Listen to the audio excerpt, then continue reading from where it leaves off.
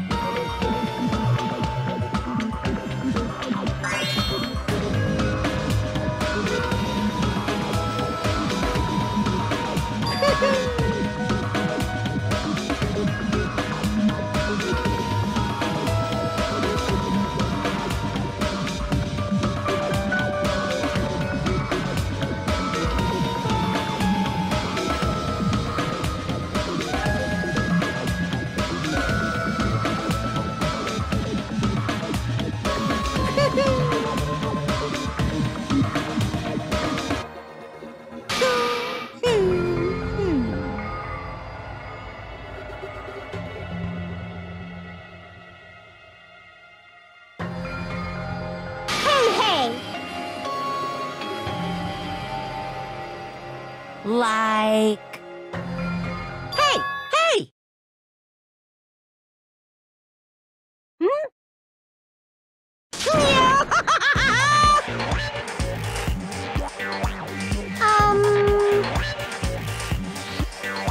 What are you saying?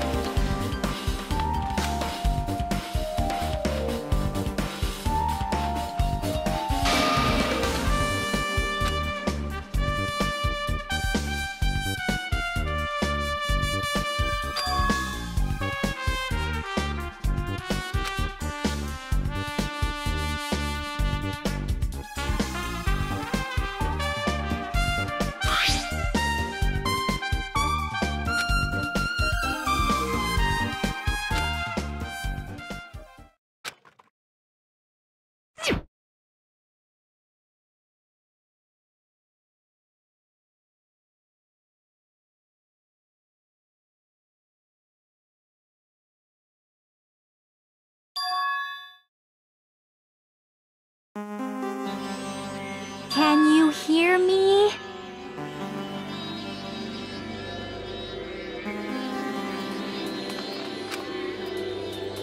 Well?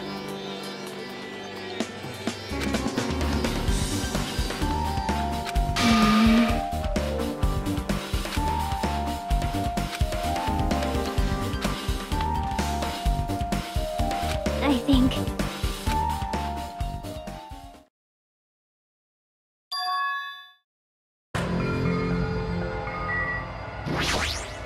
Hello there.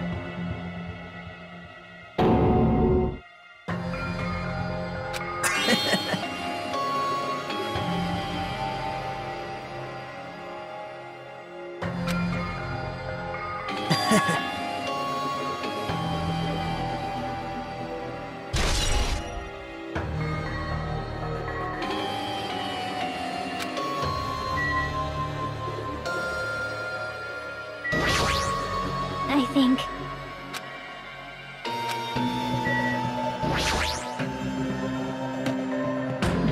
Hey.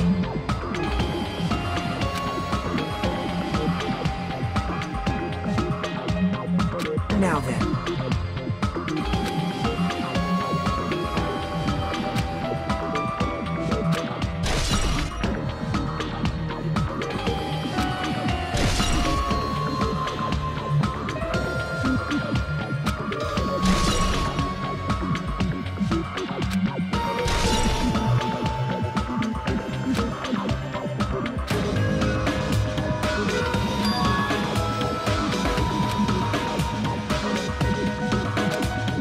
Hey.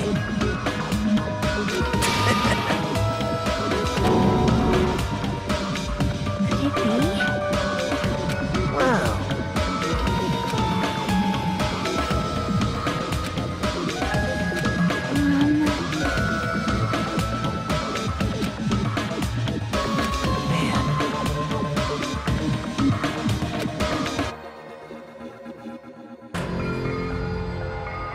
Huh? Actually...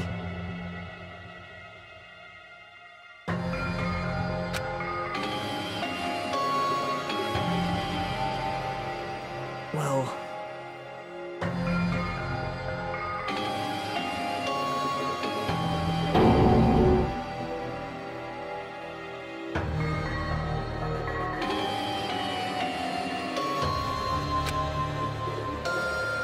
I...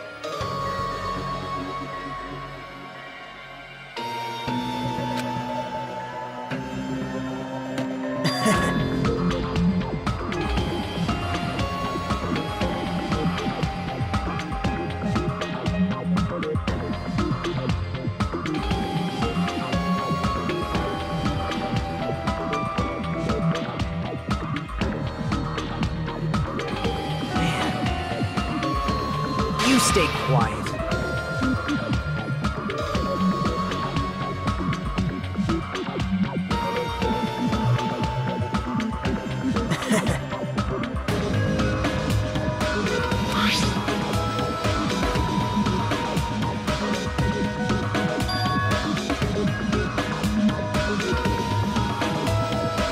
Yep.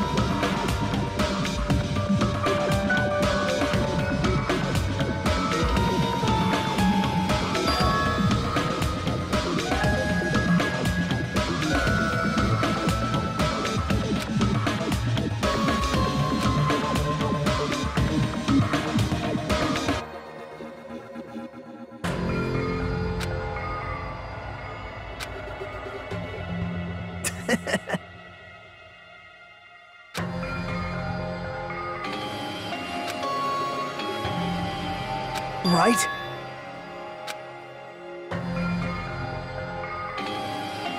But...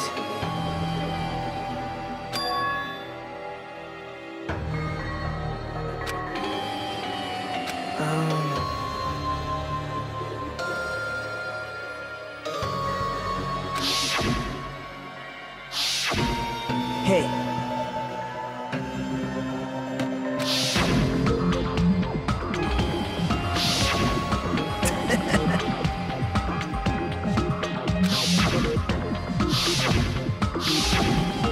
Hey.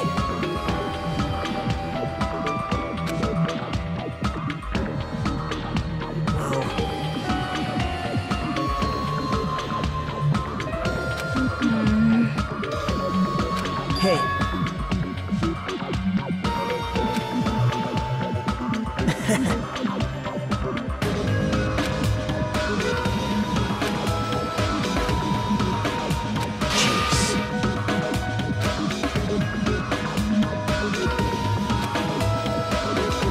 Well...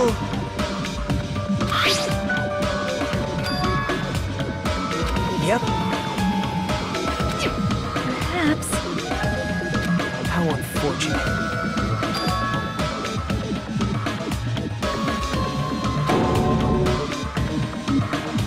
Why?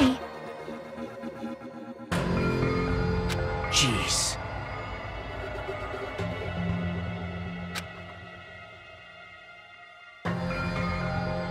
Right?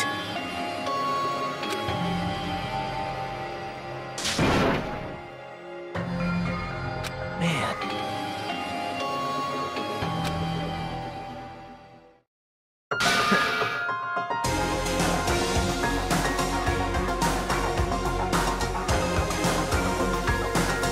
Well...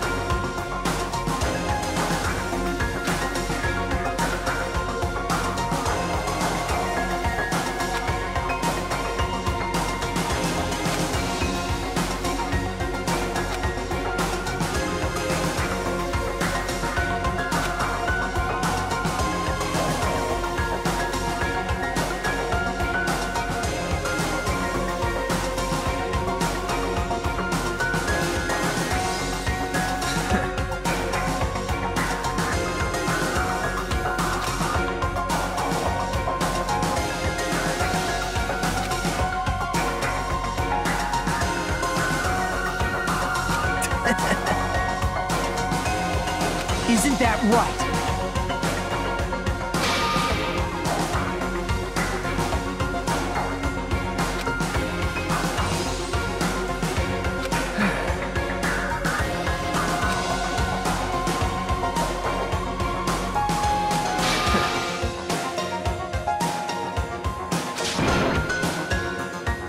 Stop it.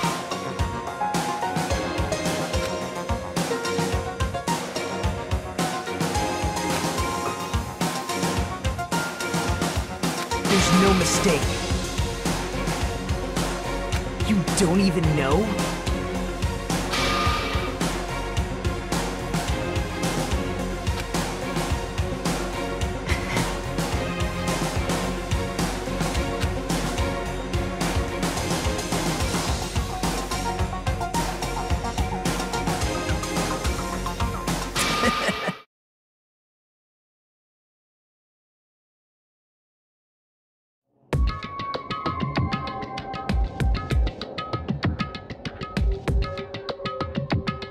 Man.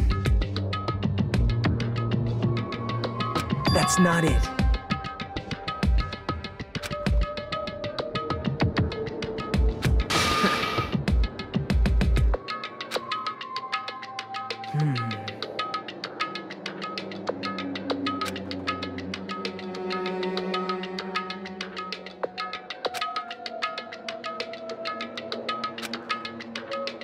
Hey. Hold it. What? Well?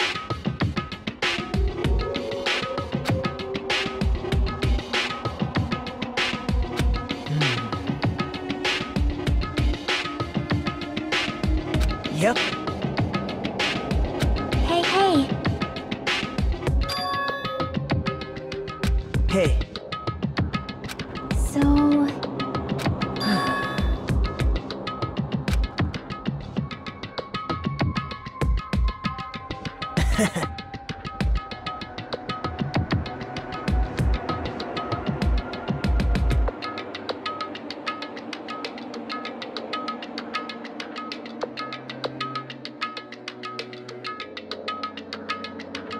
Man.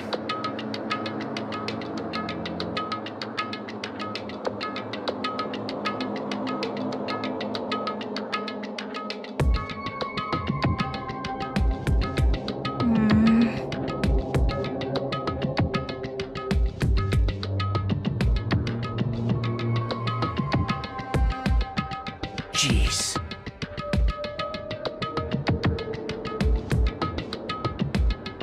I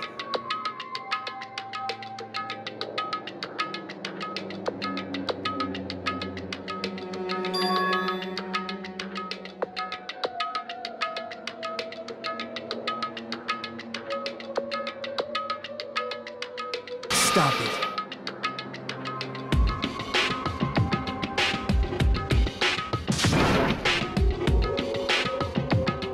Oh.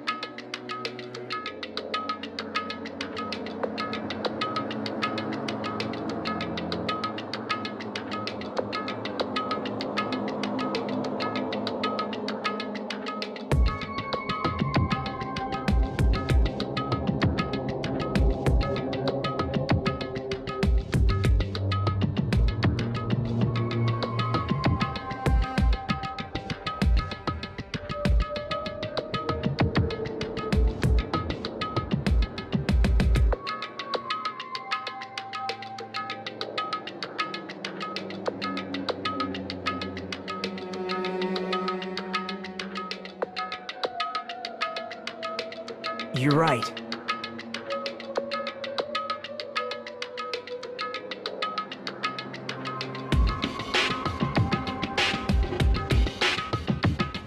Bye now.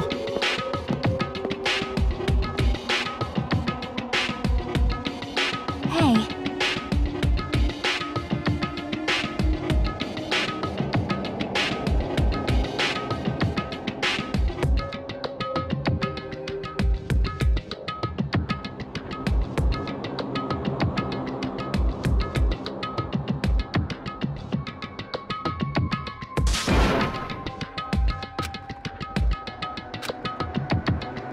Yep.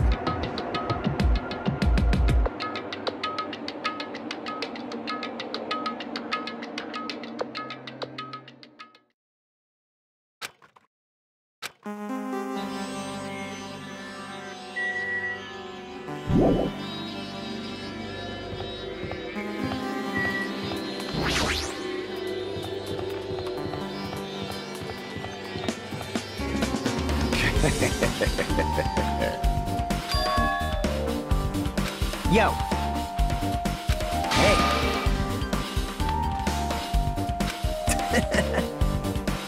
Hey, hey. Hey. Huh?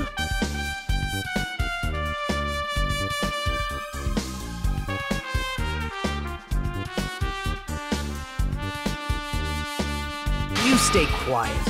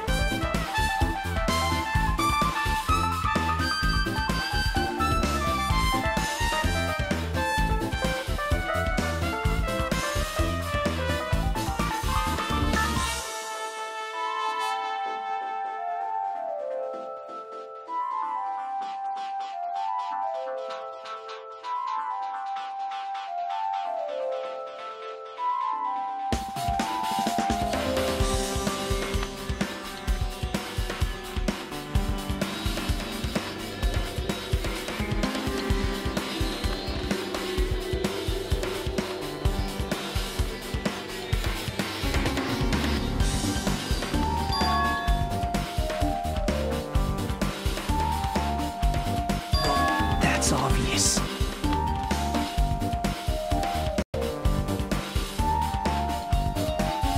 Now then.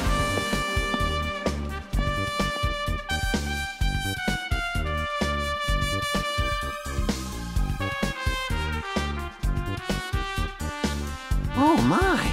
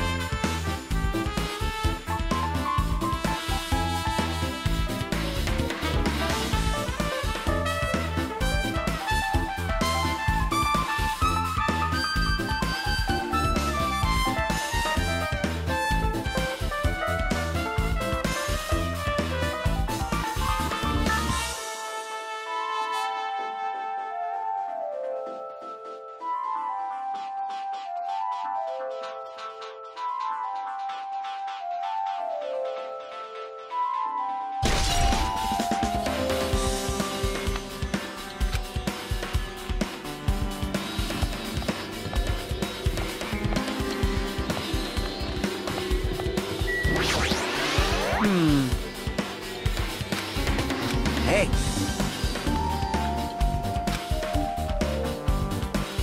Right.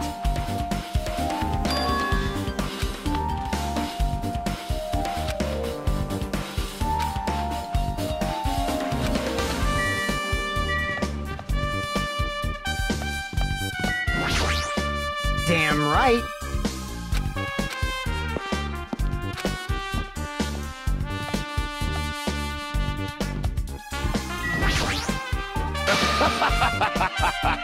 Judgment!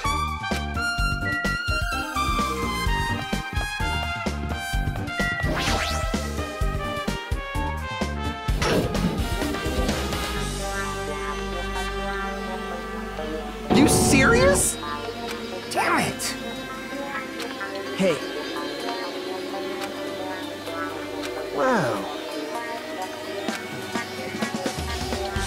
Right?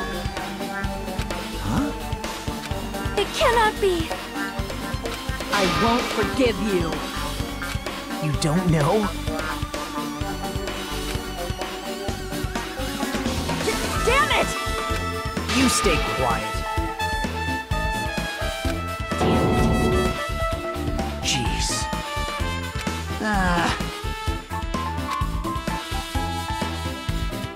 Well...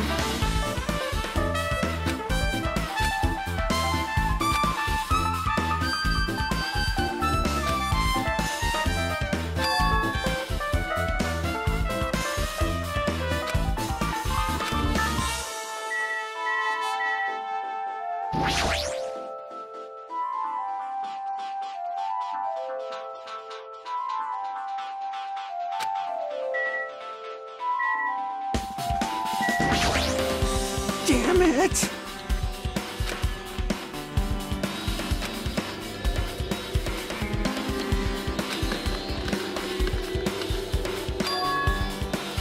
Huh?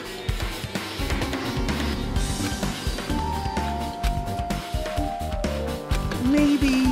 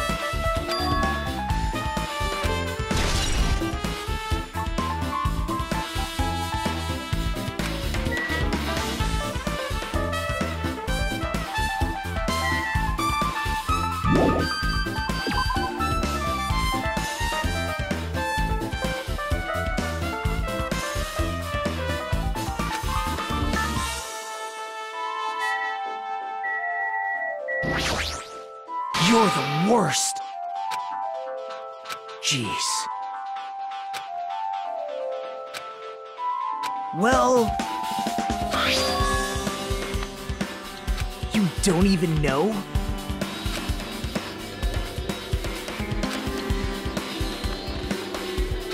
Hey. See?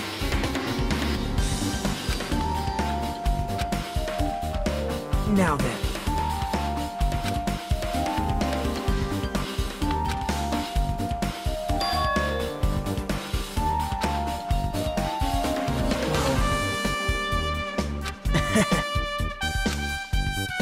You don't know?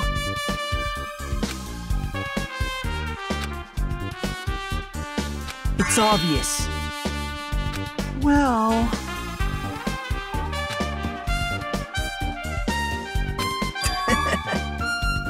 Huh? See?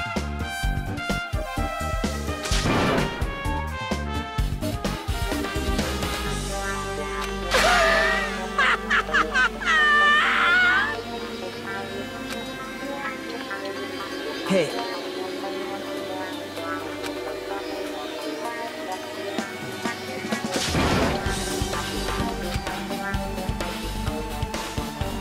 Huh?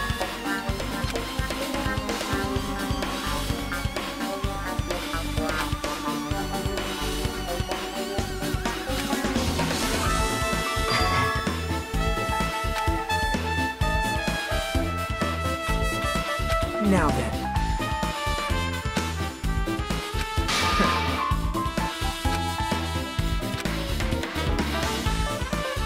Right?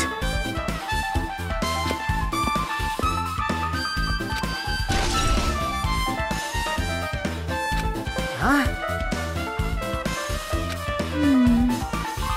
Damn right. Yep. Hey.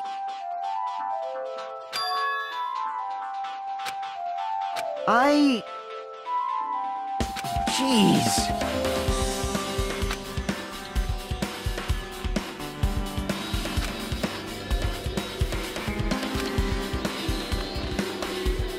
Jeez, you're pathetic.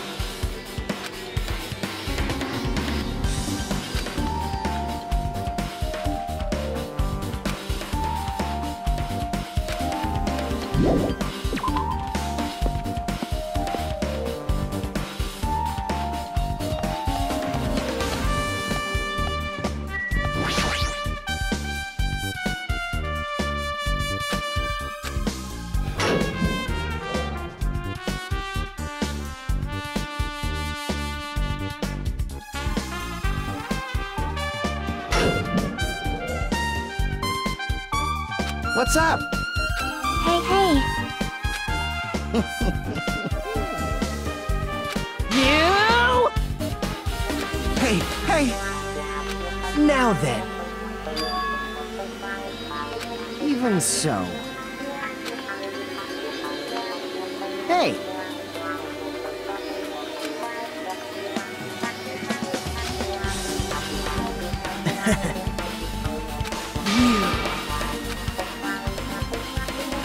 Yep.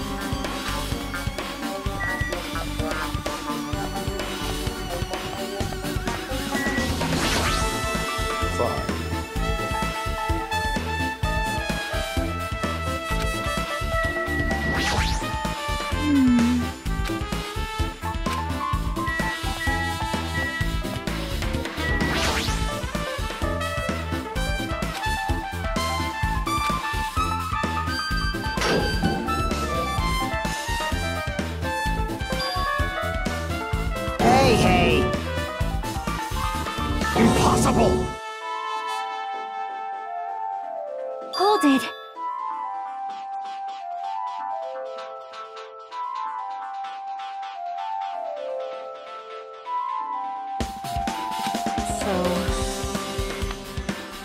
Hey!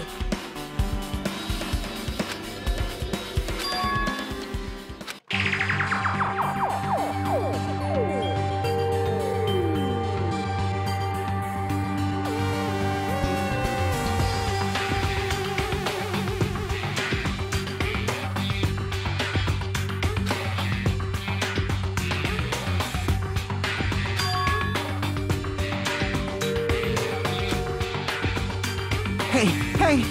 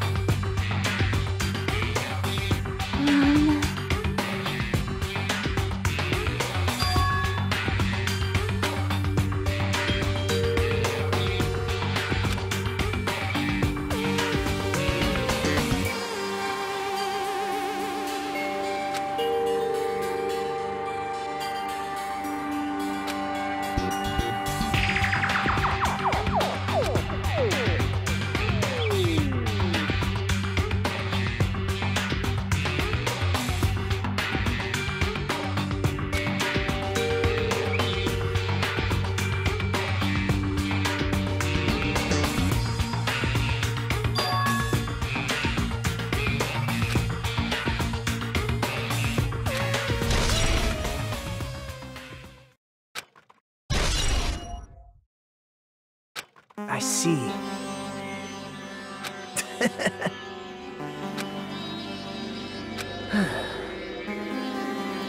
See?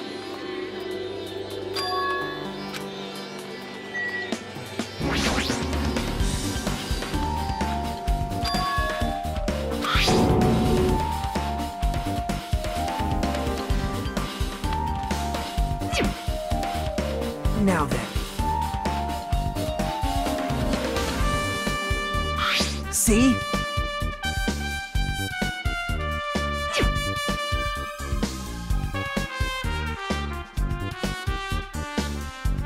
Well...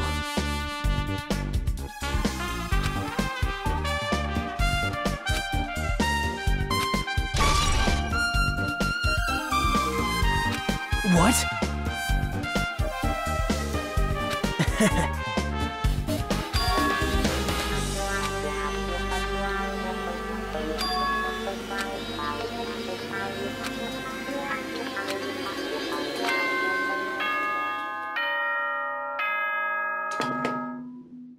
It appears that it's time for the class trial!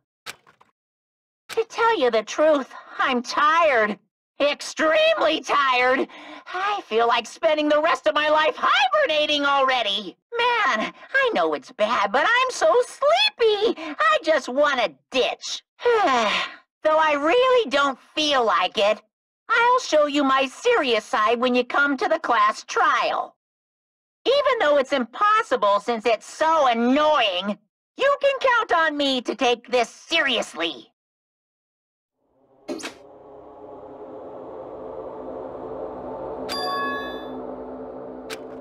Hey, hey! Damn it!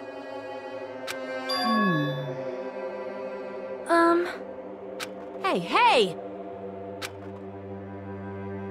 Hey, hey!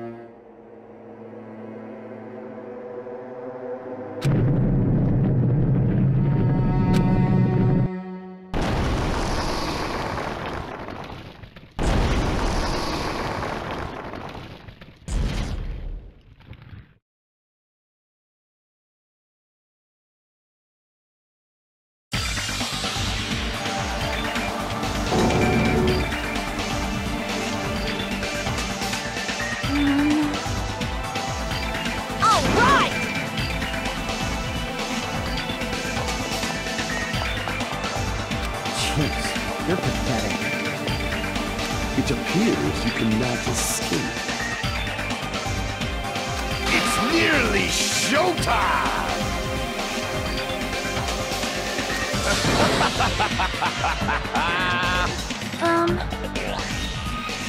Yep.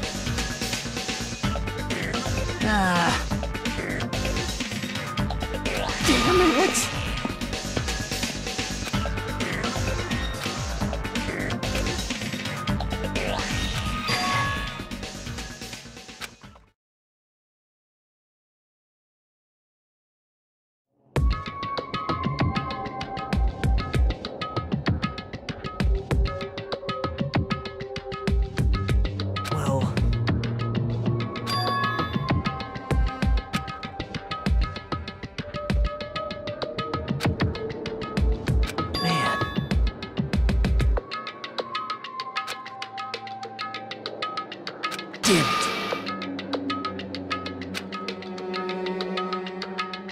What?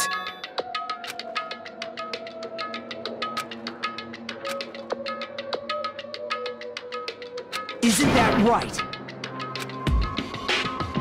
Well... Hey.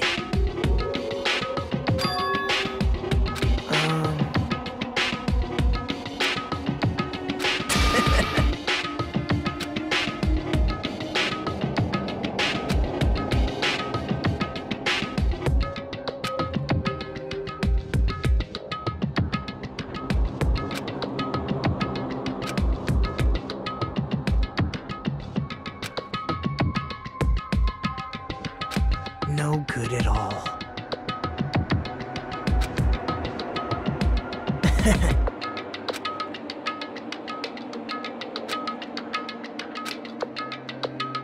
Right?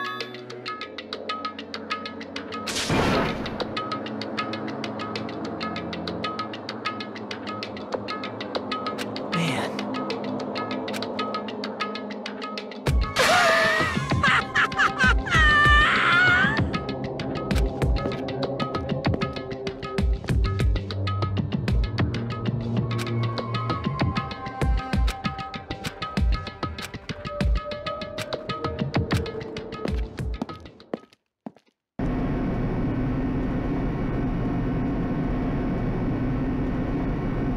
Hey.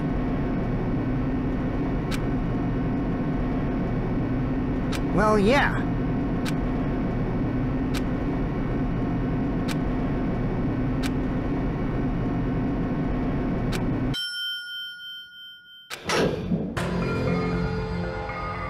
Well now. Yahoo!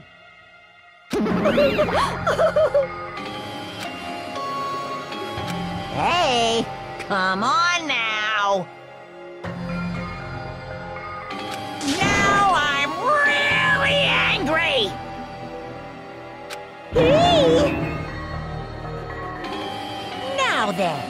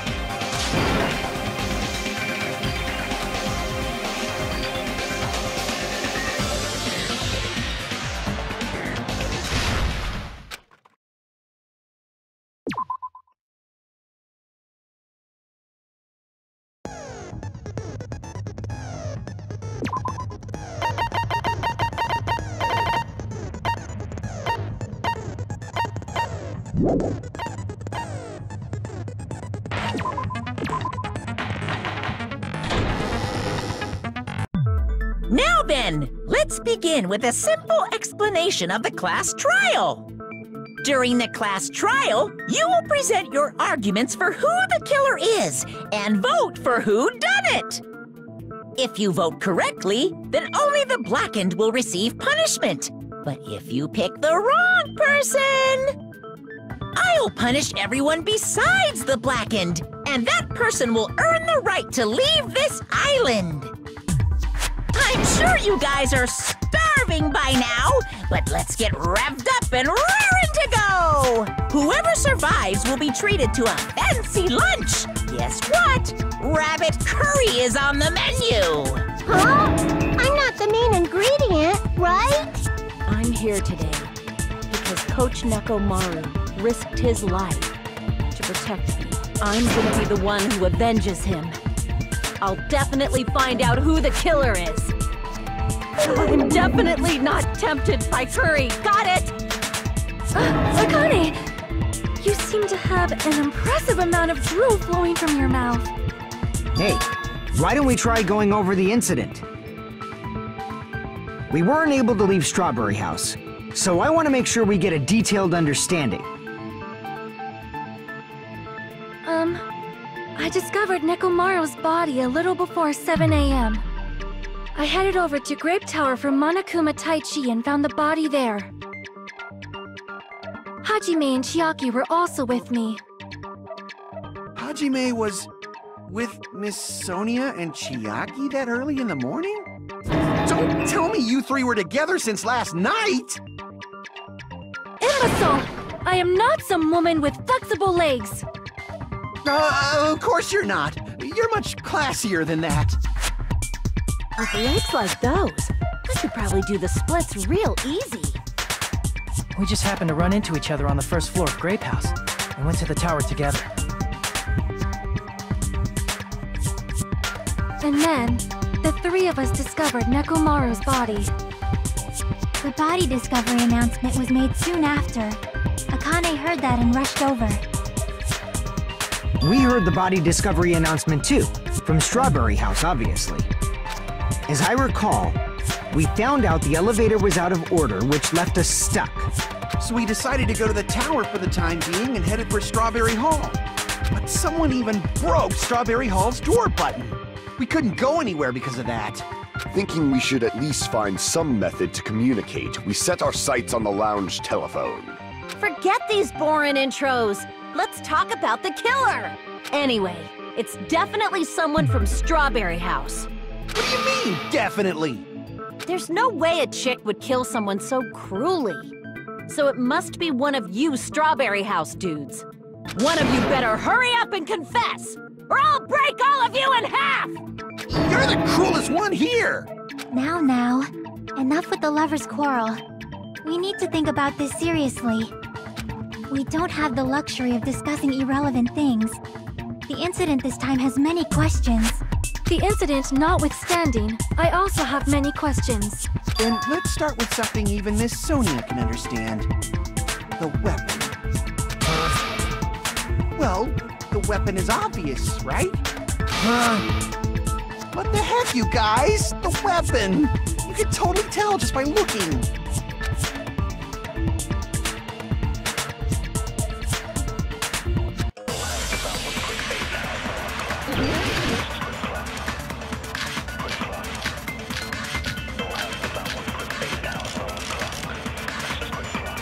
I guess we should figure out the weapon first. The weapon was right there at the scene of the crime! That pillar, huh? No, the hammer! The killer used that hammer and beat the crap out of him! If it was unexpected, I suppose that is possible. That's right! It was a surprise beating! The weapon is decided!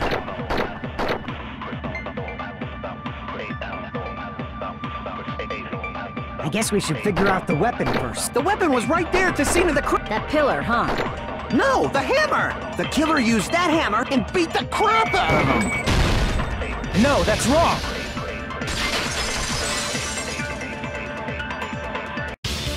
No, I can't accept that that hammer was the murder weapon.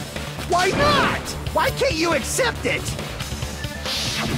A lot of oil was flowing from Nekomaru's body. Just like human blood, right?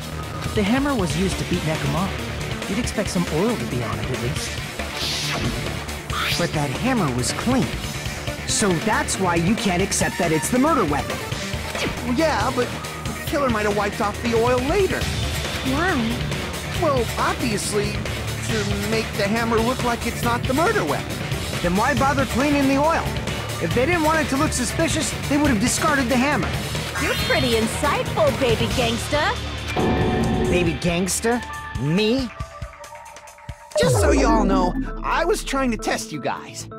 I thought, maybe you guys mistook the hammer for the weapon or something.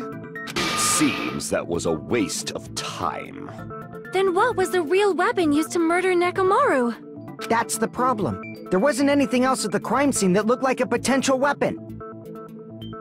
Then, how about we look at it from a different angle? If it doesn't have oil on it, it's not the weapon. So whatever has oil on it must be the weapon, right?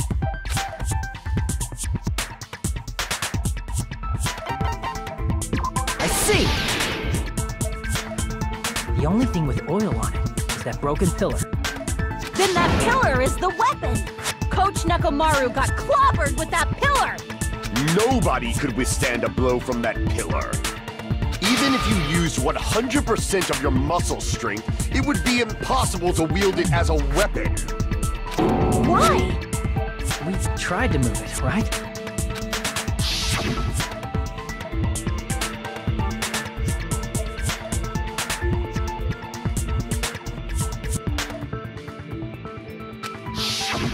Yeah, that pillar was pretty frickin' heavy. But there's one dude who could have lifted that pillar. Huh?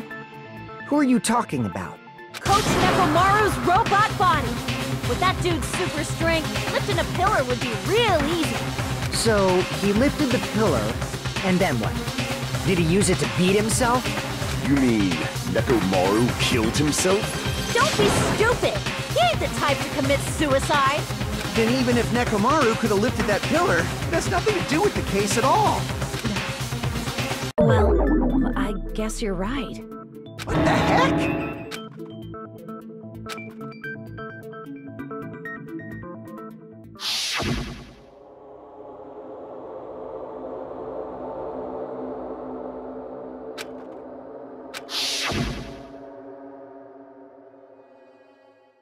But that's a problem.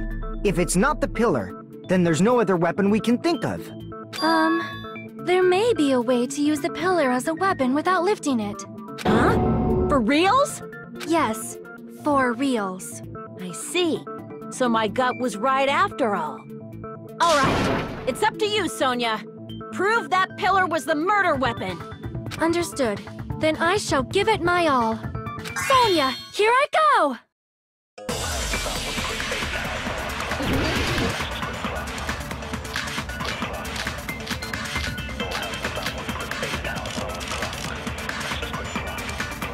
There's no need to lift that pillar. If the pillar was not lifted, beating him with it is beyond a dream. What about tipping the pillar over? They aimed right for his head and bullseye. Even I could probably tip it over. Considering the pillar's weight, it probably exerted a ton of force. Sonia, you go, girl! I'm getting hella excited!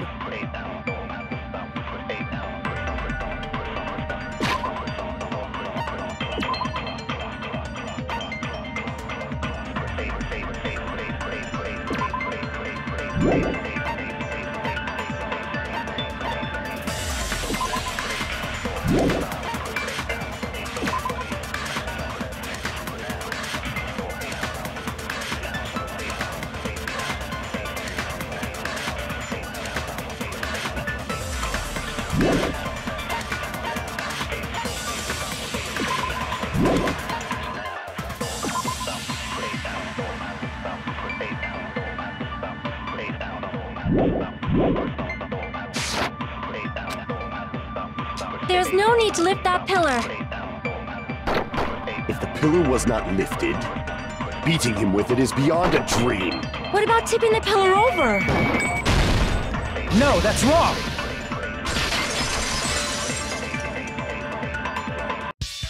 If Nekomaru was crushed by the pillar, then there should have been fragments on top of his body. Huh? Fragments? The pillar fragments were scattered beneath Nekomaru's body, but there weren't any on top of his body. If the pillar had been tipped over and crushed him, the fragments should have been on top of his body instead. I briefly considered that too, but it's probably not what happened. I see. That was entirely my bad. If they didn't tip it over, then how did the killer murder Nekomaru with that pillar? How much longer are you gonna focus on the pillar? Just let it go already! There's no way I can let it go. I'm positive that Nekomaru was killed by that pillar.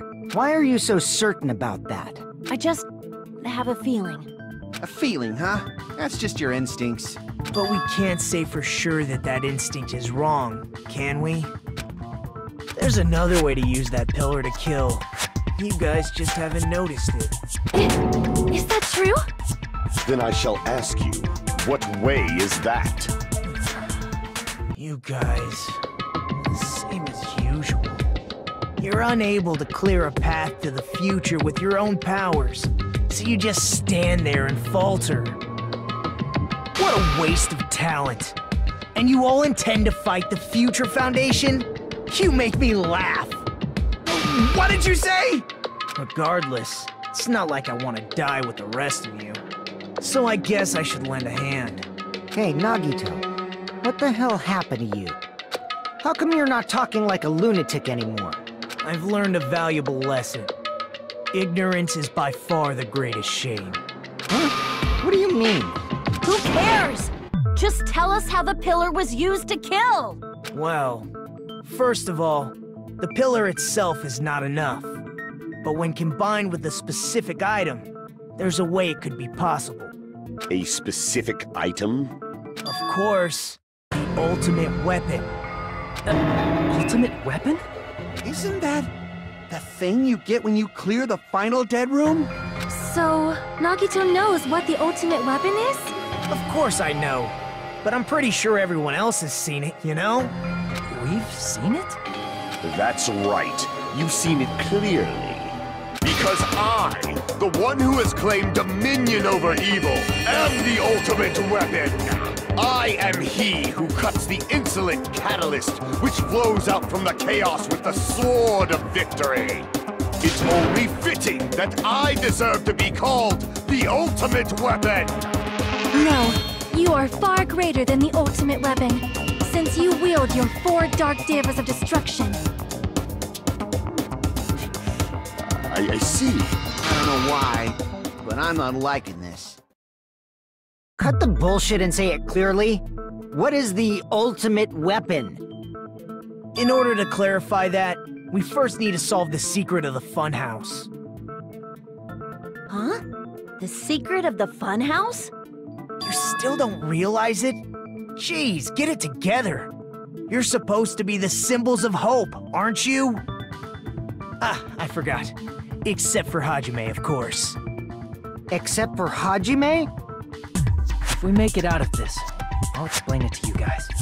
Anyway, we must first clarify the secret of the funhouse, right? Then I think it must have something to do with the structure of the funhouse. Strawberry House leads to Strawberry Tower, and Grape House leads to Grape Tower. But in actuality, they are both the same building, and both houses are linked to the central tower. It is undeniable that such a sweet building structure is the secret of the funhouse. Man, not only does that make perfect sense, but Miss Sonia's beautiful voice is just so soothing. Faux show! I shall leave this matter to your discretion.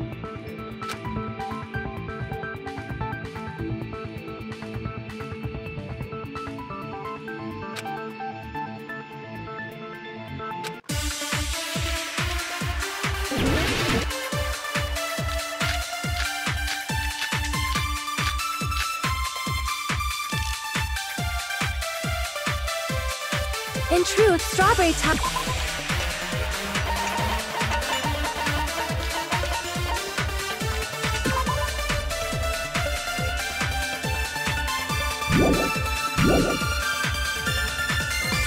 are actually the exact same place.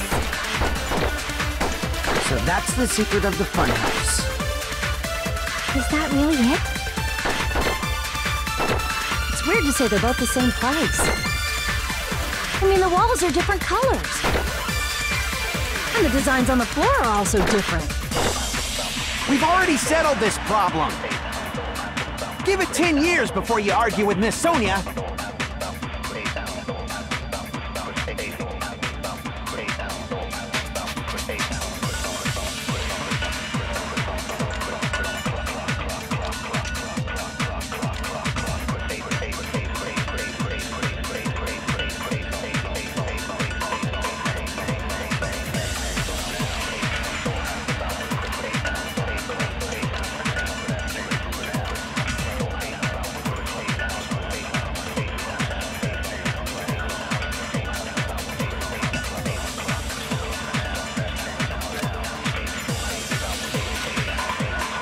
In truth, Strawberry Tower and Grape Tower are actually the exact same place. No, that's wrong!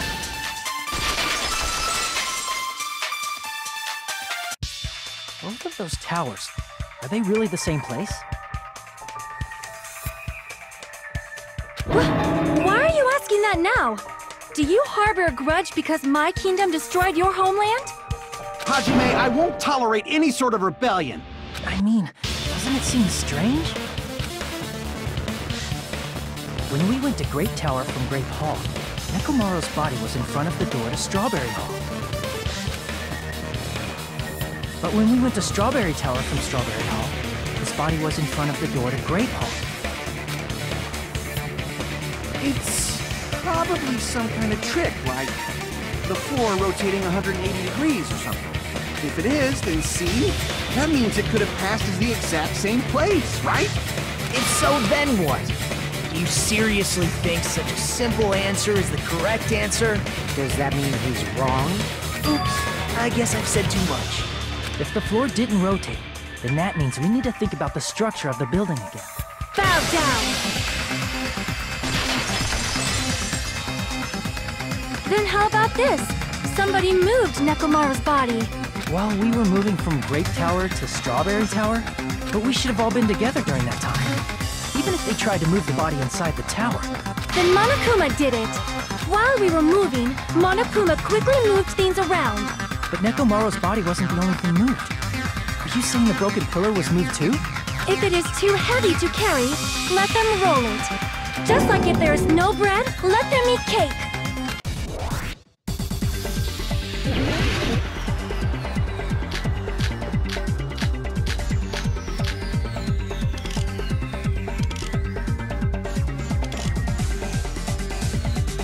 There are many different ways.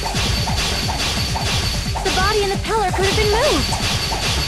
The pillar could have been rolled. And Nekomaru could have been moved piece by piece. I decree it was Monokuma's doing. Moving the body and the pillar in such a short time. That might be hard even for Monokuma, don't you think? It seems you have forgotten. Monokuma is surprisingly strong, wielding the power of the futuristic Robo-Bear. The pillar, the body, everything at the crime scene? Allow me to cut through those words! Moving the body and pillar is possible, but it would have been impossible to move the oil on the floor. Huh? When the position of Nekomaru's body and the pillar changed, the oil surrounding his body moved too. Physically moving all of the oil like that is simply not possible, no matter how you look at it. Then it's impossible to think it was moved. I am terribly sorry. I cannot believe I got so fired up. It's all right. A fired-up Miss Sonia is awesome to watch. So what really happened? Does that mean the two towers aren't the same building? We can't be certain of that either. Not when the experiment involving the handbook I left on the tower floor was a complete success. Yeah, the e-handbook was still there. That's why we thought the two towers were the same building. If they're not the same building, or two different buildings, then what are they?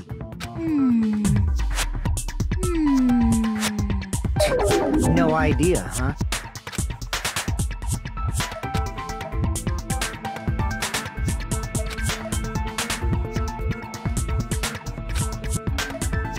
Hey, Nagito. I thought it would come to this. I knew my turn was coming up. Fine. I'll tell you guys a big hint that can help you solve the secret of the funhouse. Give us the answer, not a friggin' hint! But then it wouldn't mean anything. I need you guys to do this class trial properly. It's also important for me because it will help me determine something.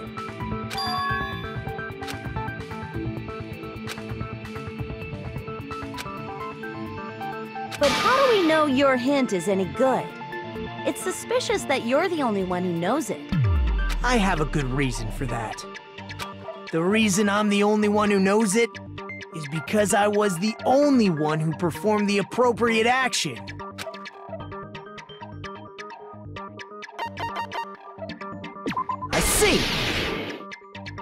You're talking about the final dead room, right? You cleared the life-threatening game there and found something, didn't you? That's right. The hint is what I saw after I cleared it. In the depths of the final dead room, there was a hidden room surrounded by concrete. And there, a small, conspicuous window waited, all by itself. From that window, I saw some very strange scenery. Strange scenery? Instead of explaining it might be faster just to show you. At an opportune time, I found a perfect camera in the final dead room. You took a picture? Yep. See? This is it.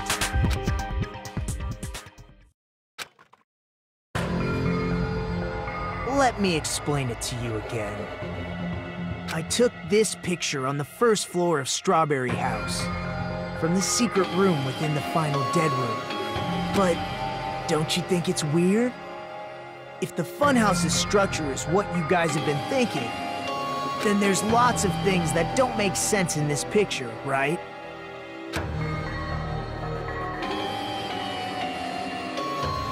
Then let's begin. Shall I call it thinking time?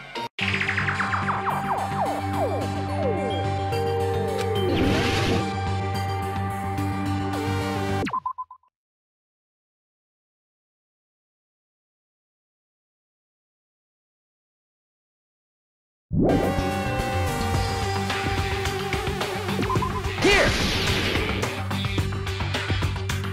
If the structure of the funhouse is what we thought it was, Grape House and Strawberry House should link to the tower in the middle. Which means, if you're viewing the tower from Strawberry House, you should see Grape House behind it. But in this photo, I don't see anything behind the tower. No shadow, no shape, no Grape House at all.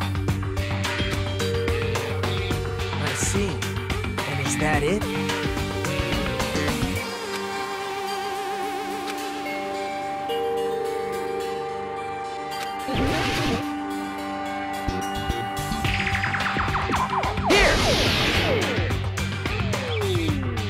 You said this photo was taken from the hidden room inside the final dead room, right? If that's the case, then that means it should have been taken from the first floor of Strawberry House. Yeah, it should have been. Then this is definitely strange. This photo doesn't look like it was taken from the first floor. The angles suggest it was taken from higher up. That's right. Good call. In summary, this is the truth contained in this photo. The first floor of Strawberry House is located in a high area, and Grape House is not behind the tower. It's not? Are you saying that Grape House is merely an illusion spell cast by Monokuma's cursed eye? From this point on, do your own thinking. Now that you've finally met the same requirements as me, if you guys are truly symbols of hope, you can easily solve a simple mystery like this. It might be possible for Hajime to solve it too, even though he's just a normal high school student. Despite the fact that you don't have a real talent, you already know about the other clue.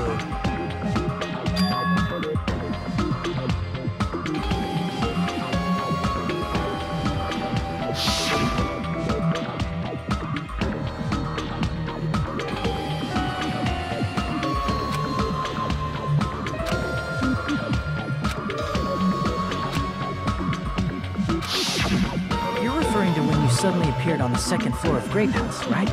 I'm asking you just to be safe. At the time, where do you think I came from? The top floor, right? Such sharp eyes. So you realized it already? Top floor? So the third floor? But the Monokuma Archive should be the only room on the third floor of Grape House. What does it mean?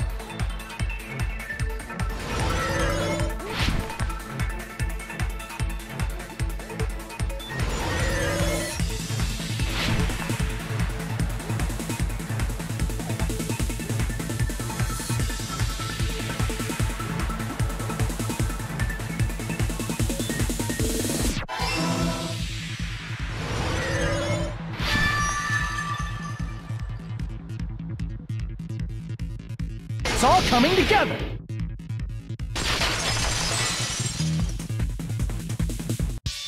Got it. I know the secret of the funhouse. Then let me hear it. What kind of answer will you give, I wonder? In the picture Nagito took from Strawberry House, I didn't see Grape House at all. So where did Grape House go? There was only one possibility. It was in a position where it couldn't be seen from Strawberry House. Which means Strawberry House and Grape House are in the same building, but on different floors. Same building, different floors? Then the two houses aren't two different 3-story buildings.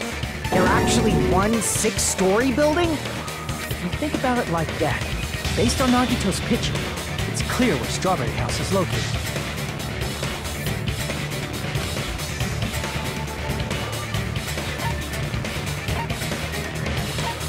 I see! On top of Grape House. That's where Strawberry House is located. Because of that, the photo taken from the first floor of Strawberry House was at a high angle. Altogether, this means the first floor of Strawberry House is also the 4th floor above Grape House. Oh, snap! I never expected that the two houses were connected vertically. But what about the shape of the building? The two houses were completely different shapes. Strawberry House is 4-sided, and Grape House is 6-sided, right? It never occurred to us that they were the same building because it was structured with two different shapes. A quadrilateral and a hexagon, overlaid atop each other to misdirect how we would perceive them. And it worked, didn't it? Disregarding the tower, we fully believed the two houses were two separate, distinct buildings. In order to conceal the unique design of the funhouse, Monokuma put us to sleep so we couldn't look at the outside of the building when he brought us to it. You've just been Kuma'd! Don't you think a building full of so many surprises totally deserves to be called a fun house? Then, it's true? The building was really like that? That's right! Those two houses exist on different floors in the same building! Constructing a building like that on your own without my knowledge? How horrible! Then what about the towers? Are they arranged vertically just like the houses? Yeah, Strawberry Tower and Grape Tower should have also been different floors inside the same building.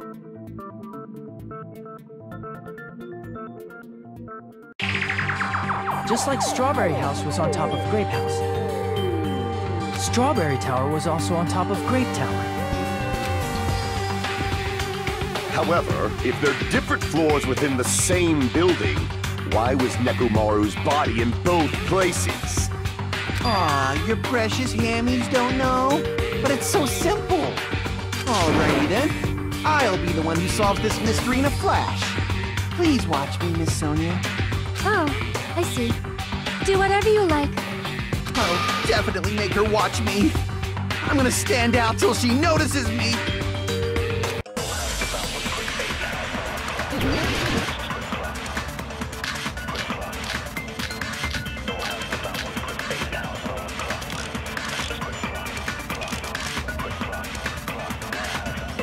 I'm gonna solve this mystery in a flash! Hurry up, dumbass! One of the bodies in one of the towers was actually a dummy! You mean a fake body? Nekomaru died with a mechanical body. It should be possible to construct a dummy from spare parts. You're magnificent, Gundam! No fair! You totally stole my spotlight! So which one was the fake body? Shut up! Just pick one of them!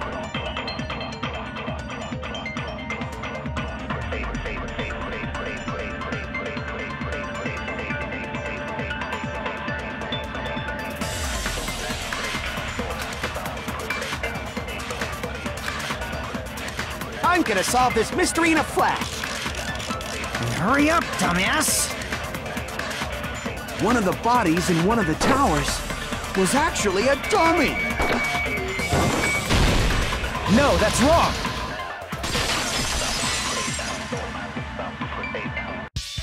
Nekomaru's body wasn't a dummy. That can be proven by Kazuichi's account. Me? Remember? When we moved from Grape Tower to Strawberry Tower, we thought the body had moved.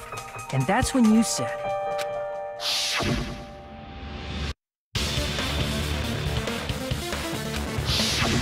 Right up until that moment, you were disassembling Nekomaru's body at Grape Tower, right? The killer couldn't have known how you'd take apart his body, so they couldn't have built a dummy. Unless Kazuichi was the one who built the dummy, then it would be a different story.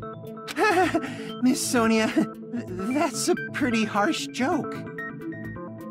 You are joking, right? It's alright. Kazuichi is not the killer. If he was, he wouldn't have fixed the elevator or the button in Strawberry Hall.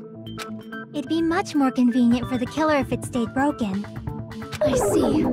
That is disappointing. I'm even more disappointed. However, even if Nekomaru's body wasn't a dummy, it's meaningless if we don't have the important answer. The reason Nekomaru's body was in both towers, even though it was supposed to be on different floors. Maybe it was simply moved? The body moved to a different floor? You can't think of a device like that? A device that moves things to different floors in the same building?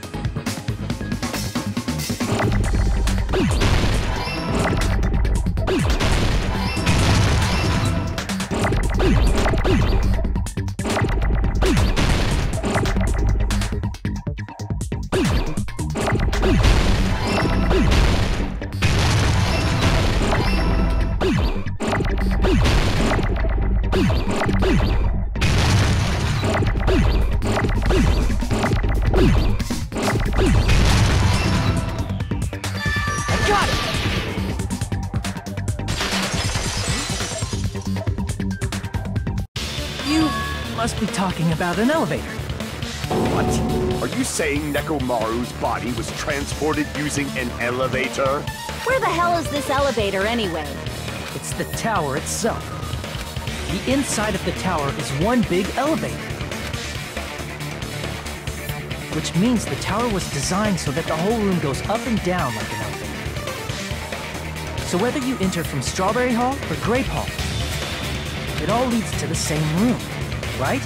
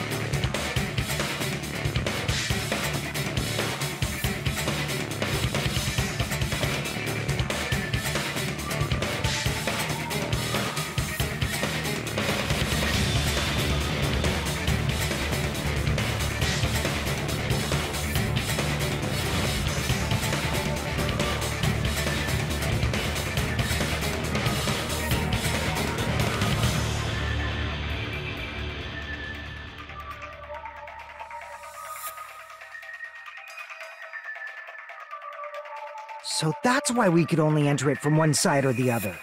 Now that you mention it, sometimes when I pressed the door button, it took a while for it to open. I see. We were basically waiting for the room to arrive, just like an elevator. Please hold on. If the inside of the whole tower ascends and descends like an elevator, then why is there a picture of a strawberry on the far back door when you enter from Grape Tower? And a picture of a grape on the far back door when you enter from Strawberry Tower. If the room just moves up and down like an elevator, there's no reason for the doors to change. Plus, after the incident, the far back door in Grape Tower had chains wrapped around it, right? But when we entered Strawberry Tower, those chains were gone. Not just that, but if I remember correctly, even the doorknob was broken off. There are too many strange things. Was that tower really an elevator? When you see people and things, make sure you focus on the good parts instead of the bad. What did you say? So, let's put aside what's changed and focus our attention on what hasn't. Why do we have to do that? It's fine. Come on.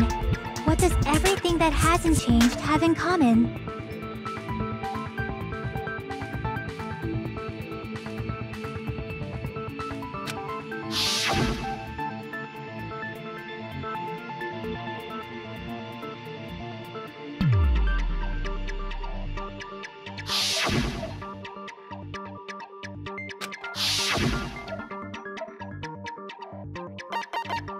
I see! Is it safe to say that all the items on the floor didn't change? And? And? Why did the picture on the far back door change? If you can figure that out, you'll have the answer. The reason is because that elevator has something unique about it. I see! So that's it. The elevator was designed so only the floor moved. Only the floor moved? Which means the whole room wasn't an elevator, only the floor was.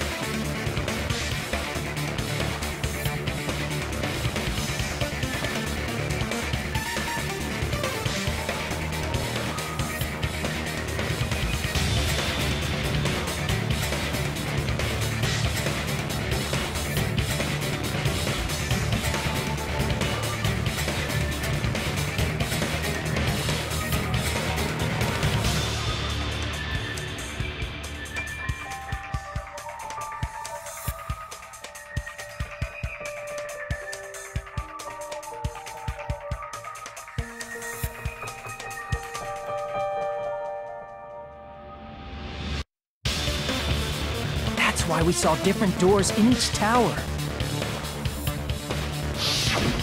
Which means on the first floor of Grape Tower, the door on the far back wall had a strawberry design. And on the fourth floor, which was Strawberry Tower, a different door on the far back wall had a grape design.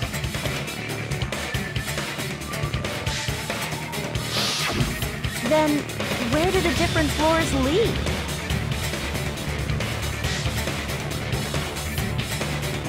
I want to say they lead outside, but they're probably just for show. Just for show? Why was something like that necessary?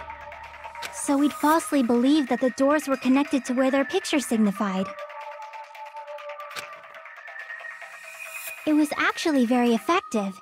Because of that, we totally misunderstood the building's structure. I don't get it. But I guess it means whoever designed this building had a totally twisted personality. Did you hear that, Mon Ami? Don't blame this on me. Take responsibility for yourself. Then I'll take responsibility and gently caress you. Wait, there's no way that's gonna happen! Stop with the tasteless jokes! By the way, what does the chain on the far back door in Grape Tower mean? It was probably wrapped there by the killer to keep us as far from Strawberry Tower as possible. Why? Because of that chain. You guys thought you couldn't enter there, right?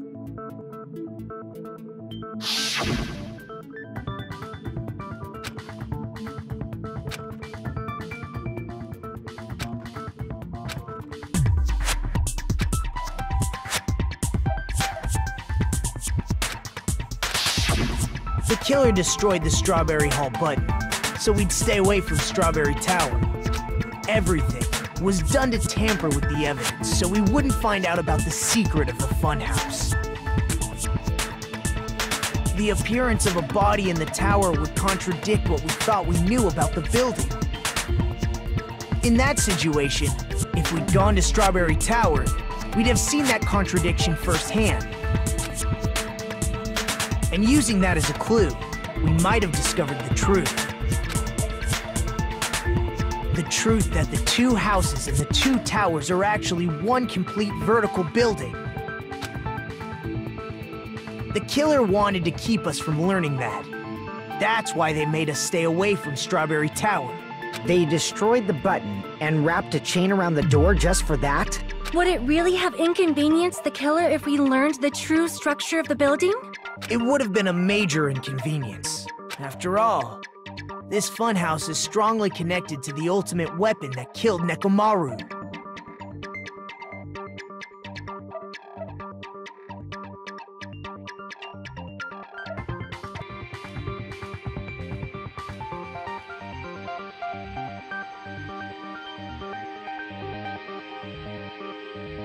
Hold on. You're progressing much too quickly. There's still a contradiction concerning the building structure. What a pain. It's fine already. Gundam, please proceed. You said earlier that Strawberry House and Grape House are connected vertically, right? If so, how does the contact elevator supposedly transport us from one house to the other?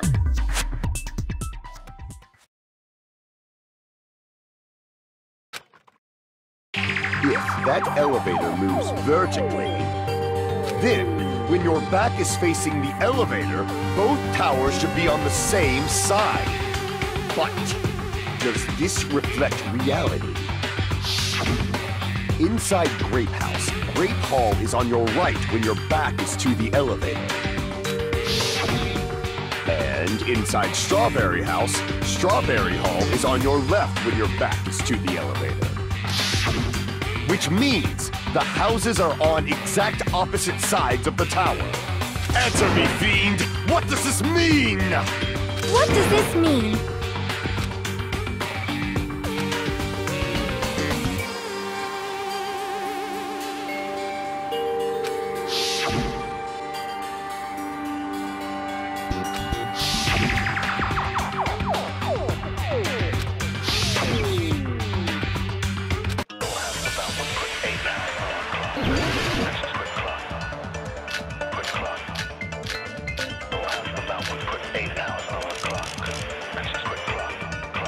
The two houses are connected vertically. The elevator should move. Vertically, not horizontally. However, at both houses, if the contact elevator is behind you, the towers are in opposite directions. Which means your reasoning It's clearly contradictory. What's with this iron curtain of teamwork?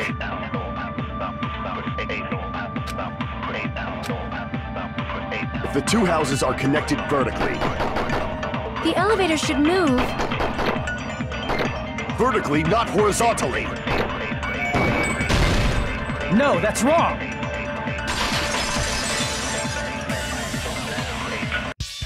The elevator wasn't just moving vertically. Isn't that right, Kazuichi? Huh? Me? Come on. You used the elevator while you were holding that compass Nagito gave you, right? Oh, that. Yeah, it was pretty strange. From start to finish, somehow the compass needle rotated 180 degrees. Rotated 180 degrees? Meaning, as the elevator moved between the two houses, it also rotated 180 degrees. It was probably following the building's perimeter as it rotated to the other side. Which means the exit would be on the opposite side once you arrived at the other house, right? And thanks to that, the tower we saw on our right side when we arrived at Grape House appeared on our left side when we were at Strawberry House.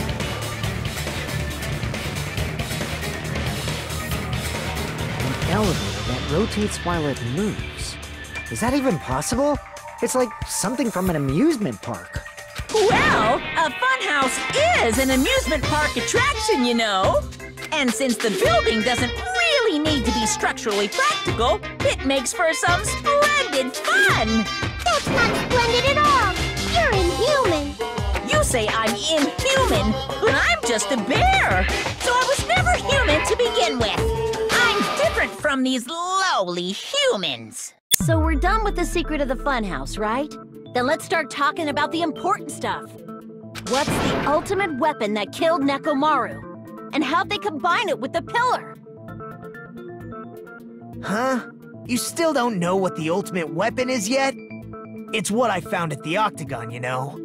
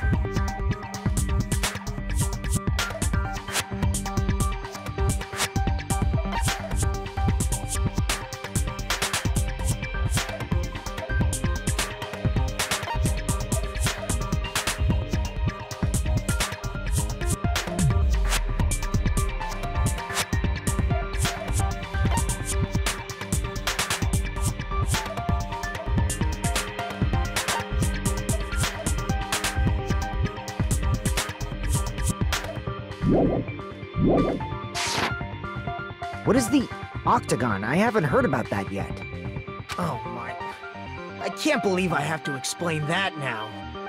As long as you know what an Octagon means, you can solve this simple mystery easily.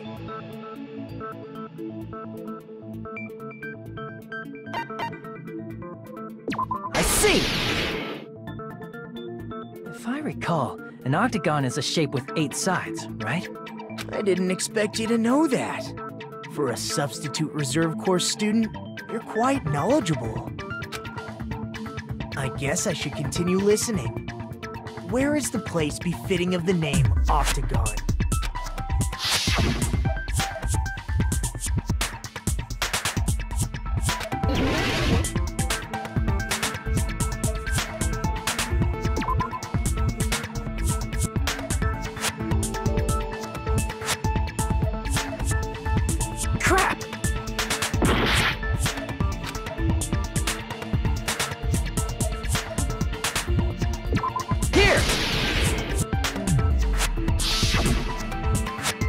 You're talking about the secret room surrounded by concrete in the depths of the final Dead Room. Why is that place the Octagon?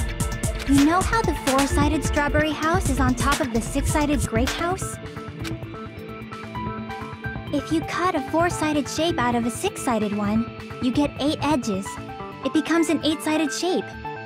That's basically the gist of it. The true identity of the Octagon is that secret room in the depths of the final Dead Room. In actuality, that place contained various weapons. Then the ultimate weapon was there too? That's a little different. I learned the true identity of the ultimate weapon at the Octagon. Learned? The true identity of the ultimate weapon is the Funhouse, which means the killer used the building structure as their weapon and killed Nekomaru. Like me, the killer probably realized the secret of the Funhouse from the scenery, and then thought of a way to kill making use of the building structure. The funhouse itself is the weapon, so they killed using the building structure? That's why the killer tried to keep us from learning the mystery of the building. But more importantly, using the building itself as a weapon? Such a spectacular crime. It truly deserves to be called the ultimate weapon.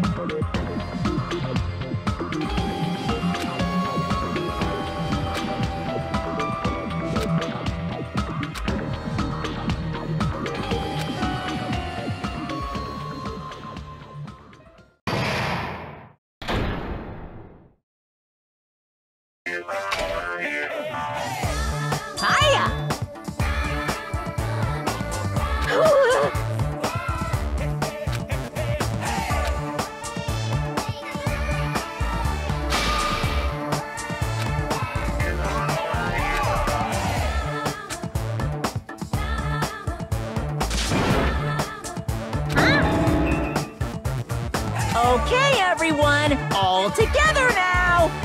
Mon ami is a serious Stufatly!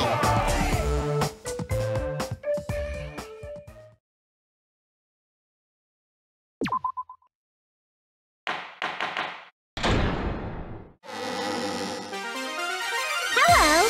I hope your day is well. I'm trying to force myself to be more energetic, or else my mental state won't be able to keep up. My heart's thumping like crazy. I might as well have a laid-back, so what attitude and go ahead with high energy. Yeehaw! But be careful that your batteries don't run out for various reasons. And just like I say each time, don't forget to save frequently.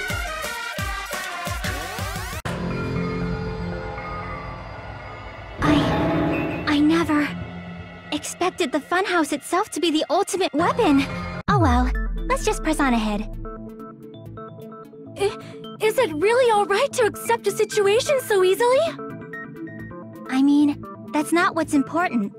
The thing that's really important is the killer who used the building structure. Like, who's Mekomaru's murderer? But is it really okay to believe the building is the weapon? Nagito said it, you know.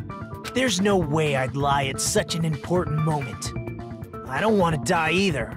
What happened to the bastard who kept saying how much they didn't mind dying? He's right. There was a time when I thought I could become a stepping stone for your hopes, but I will sincerely retract that remark. Retract? I'm disappointed too, you know. If this was a murder for the sake of hope, I'd happily sacrifice myself. You say such falsehoods, per usual. There is no such thing as murder for the sake of hope. Murder is simply murder. Forcibly sacrificing others for one's own desires. Even one as diabolical as I would avoid such actions. I see. It's fine. Let's just leave him alone and find out who killed Coach Nekomaru as fast as we can. Just so you know, it's not like I'm getting hungry or anything, you know. Akane! You were drooling waterfalls? Anyway, If the killer used the building's structure, why don't we think about how they used it? How they killed Nekomaru. It might be better if we clarify the cause of death first, don't you think?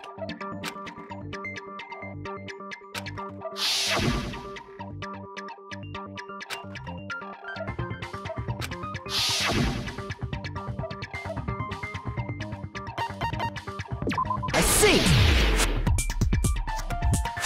That's it. I think he might have died from falling. Died from falling?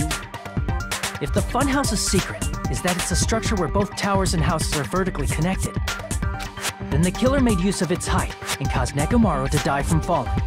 Are you saying they pushed him off? Where'd they push him off from? That, I don't know yet. Don't just make things up when you don't know the method. Where in that building would you even be able to push someone off in the first place? It might be possible in the tower. You could push him off the 4th floor when the elevator is on the 1st floor. Did you forget how the elevator functions? When it's on the 1st floor, the door on the 4th floor won't open. Saying he died from falling is truly incorrect. You should burn in the flames of hell. But my gut is going crazy right now.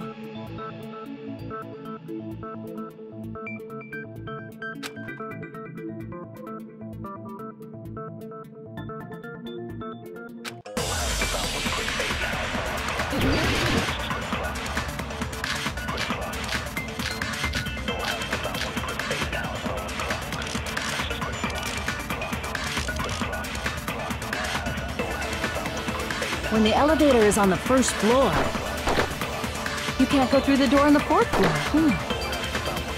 It'd be impossible to shove off the victim from up there. Then, how about this? After locking Nekomaru inside the elevator, they moved the elevator from the 4th floor to the 1st floor and made use of the drop. Hold on! Did you forget the elevator has a sensor? As long as there's a moving object inside, the other door won't open. Which means the elevator wouldn't have moved either. That must be the threshold of that elevator.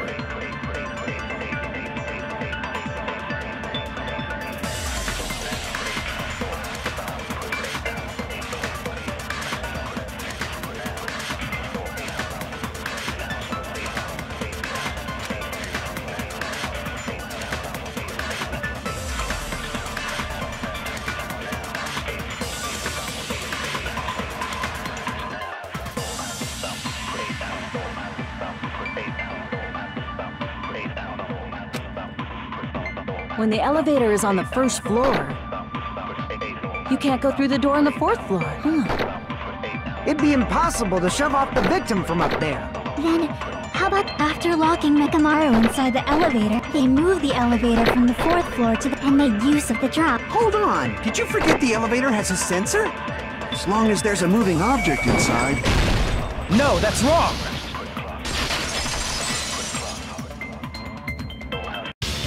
That sensor should only work if something is moving. If Nekomaru wasn't moving inside, the elevator sensor wouldn't have detected anything.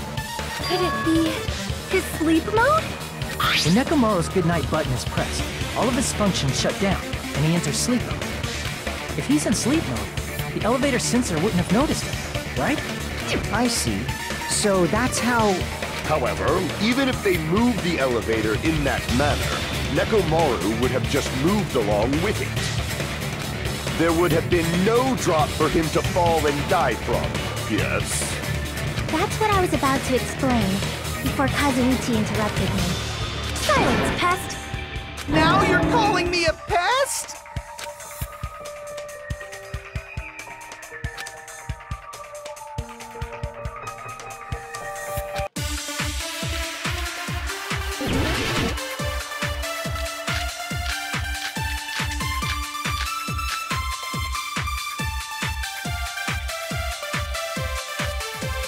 If you arrange it a certain way, you can cause the drop within the elevator.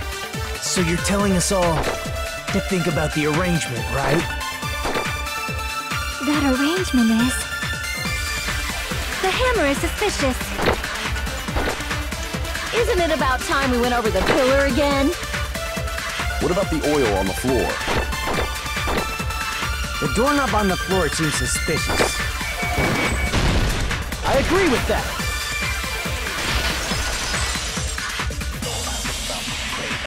Didn't the doorknob have scrape marks on it? That might have been where it got scraped by the wire. Is that the same wire that was tied around Nekomaru? The tip of that wire was tied into a loop. If the elevator moved while that loop part hung from the doorknob... If they did something like that, he would have been suspended in midair! That's right. He was suspended in midair. Huh? The killer tied up Nekomaru with the wire while he was in sleep mode. Tied the tip of the wire into a knot and hung it on the doorknob to the 4th floor. With that, they moved the elevator from the 4th floor to the 1st floor of Grape Tower. And suspended Nekomaru in midair.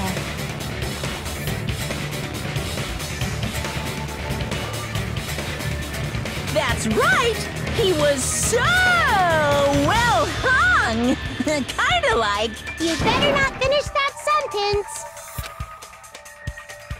The killer took advantage of the elevator's unique feature. Only the floor moves. By doing that, they created a drop so Nekomaru could fall to his death. Too easy. So what if they created a drop? There's no way you can make him fall and die with just that. Why? If Nekomaru is suspended in midair like that, then how do you get him to fall? Because if he's suspended in midair, he won't die if he doesn't actually fall.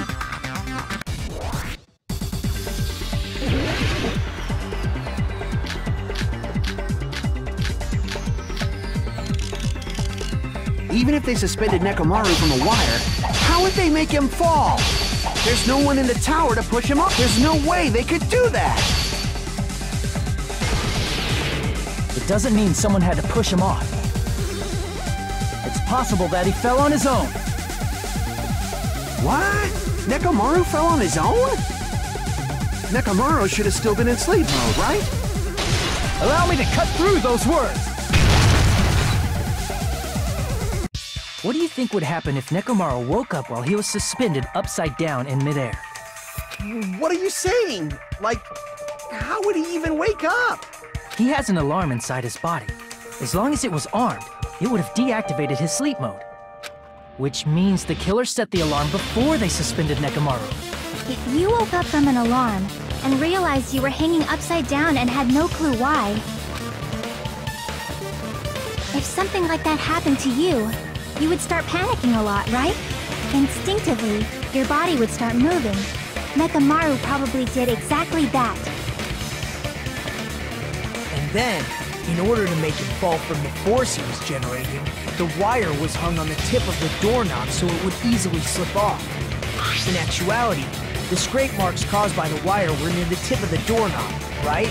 But Nekomaru didn't fall because the wire came off, right? He fell because the entire doorknob came off. When Nekomaru awoke, he must have struggled much more than expected, which caused the doorknob to break off. Was that unexpected for the killer too? Well, that's probably it. If they knew it'd leave behind evidence like that, they would have at least tried to do something to cover it up.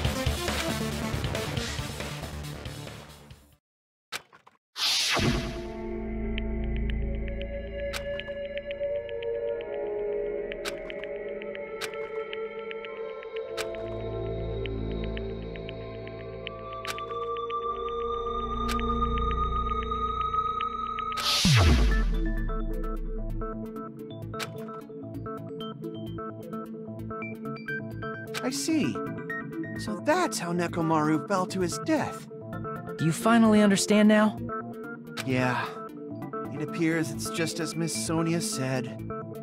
I'm just a pest. No, I'm not just a pest. I'm a total fucking pig. Isn't that right, Miss Sonia? If I'm a fucking pig, you can say so! No, I believe you gave your all. Hey! Why aren't you teasing me anymore? This guy.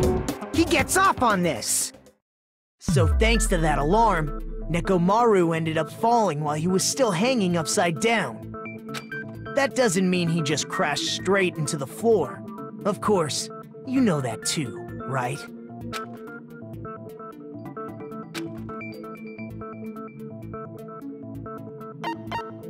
I see! When Nekomaru fell to the floor, he ended up colliding with the pillar. Isn't that it? Finally, the pillar! So that's how the pillar shattered, and why oil was spilled all over the place. See, I told you the pillar was the weapon. My gut was totally right. Well, the pillar was a bonus. It's not even clear if the killer intended that, or if it was just a coincidence. At this point, it is quite difficult to find a clue that will lead to the killer. Then what about the alarm? I'm positive the alarm was set for 7:30 a.m. And if we map it out from there... Hold on, baby gangsta. Stop calling me baby gangsta! What'd you just say? Did you say the alarm was set for 7:30 a.m.? You didn't check it yourself? Nekomaru's alarm was set for 7:30 a.m. Nah, that's impossible. Because even though I slept in a little, I still got to the tower at 7 in the morning. Now that you mention it, so did I. There was no way I could be late for Monokuma Taichi, so I left for Grape Tower before 7 a.m. And if we found Nekomaru's body there, it would have been before the 7:30 a.m. alarm went off. It appears yet another contradiction has been birthed. How were you able to discover Nekomaru died at 7:30 a.m. when you went to the tower at 7? That's what I want to know!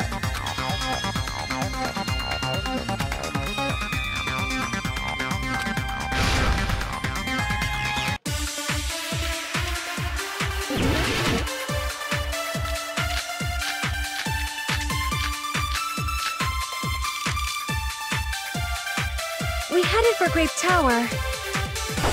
Before 7 a.m., I am certain. But the alarm inside Nekomaru's chest was set for 7:30 a.m. Nekomaru died because of that alarm, right? His time of death and the time the body was discovered.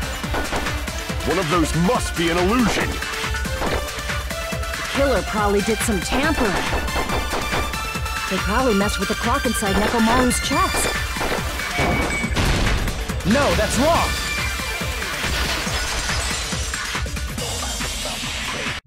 No, the clock inside his chest was a radio clock, so it would have been impossible to mess with. So you're saying there's no way the killer could have tampered with the clock? Maybe the clock Miss Sonia saw was the one that got tampered with. The clock inside Grape House? No, I checked all the clocks inside the funhouse. Oh, that's what I asked you to do. So you really listened to me and checked all the clocks. And because of that, I can confidently declare that all the clocks had the same time displayed. If there's no possibility that the time was tampered with, then we must doubt that human's testimony. Please believe me, we are not lying. Then maybe it's a misunderstanding? I never misunderstand. I'll crush you into dog food.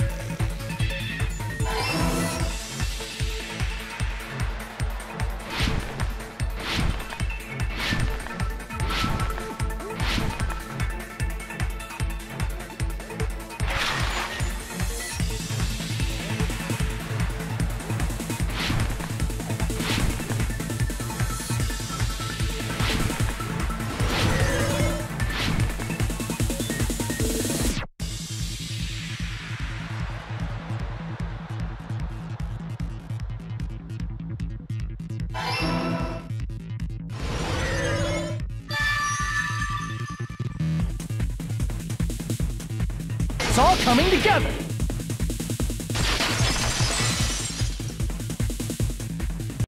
You said you checked all the clocks inside the building. Isn't that right, Fuyuhiko?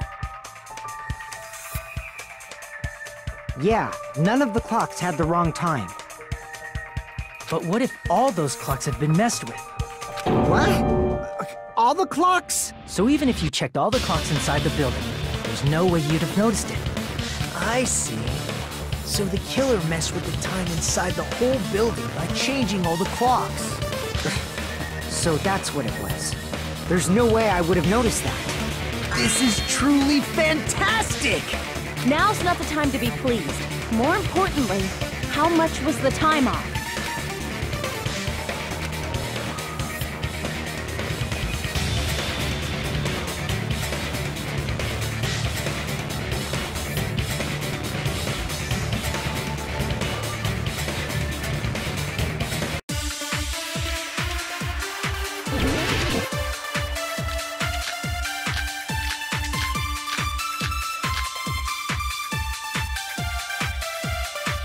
If the time in the building was all messed up, then we can only rely on Nekomaru's radio clock. The time of death was clearly 7:30 a.m. The problem is, what time would 7:30 be? In our time. Are there any clues that can be used to narrow that down? If only I heard the sound when he fell. It would have been a great clue. Or his scream. He's not the type to let out a scream! If only Nekomaru's alarm was loud enough, we would have heard it too. There's no point in saying that. If does not exist in this world.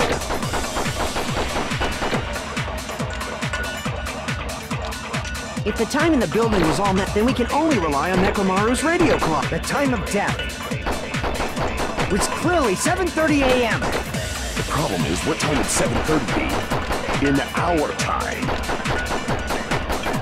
Are there any clues that can be used to narrow that? If only I heard the sound when he fell. I agree with that!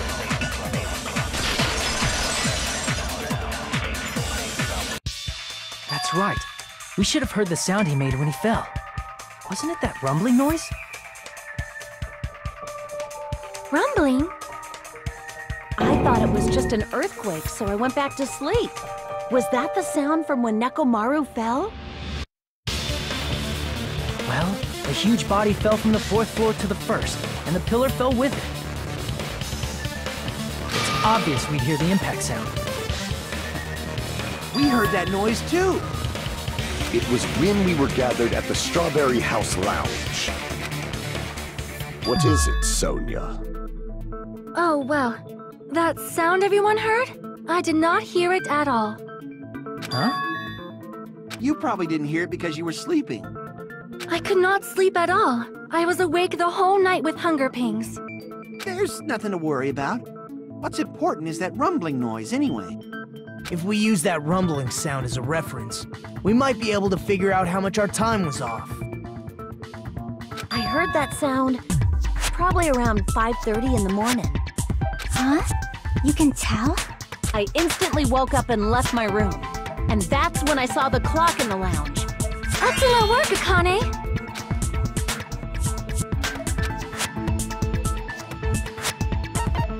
I see!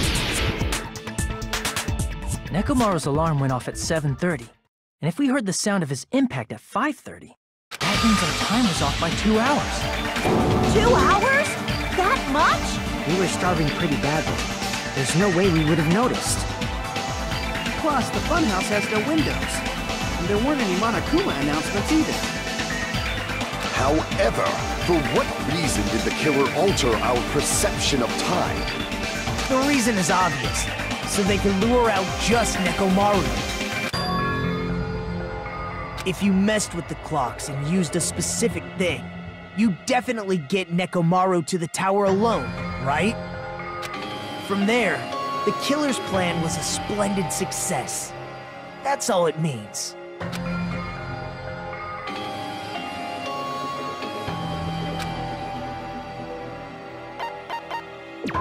see! That's it. The killer made use of the Monokuma Tai Chi activity in the morning. How did they use it? We were required to go to Grape Tower every morning at 7 a.m. for that activity, right? But if they mess with all the clocks inside the building, what would that do to us? We wouldn't be able to attend on time, but that wouldn't affect Nekomaru. His radio clock had the exact time. That's right. In doing so, the killer was able to lure him to the tower by himself at the precise time. Then, when I witnessed Nekomaru early in the morning... If I recall, you witnessed Nekomaru around 5 a.m. And if that time was also 2 hours off, it should have been 7 a.m. Yeah, that's pretty much it. At that time, he was heading over to Monokuma Tai Chi, right on schedule.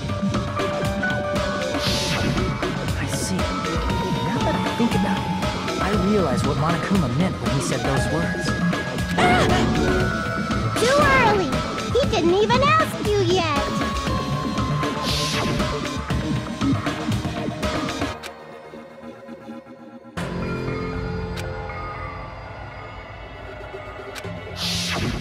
When you said everyone, you were including us, right?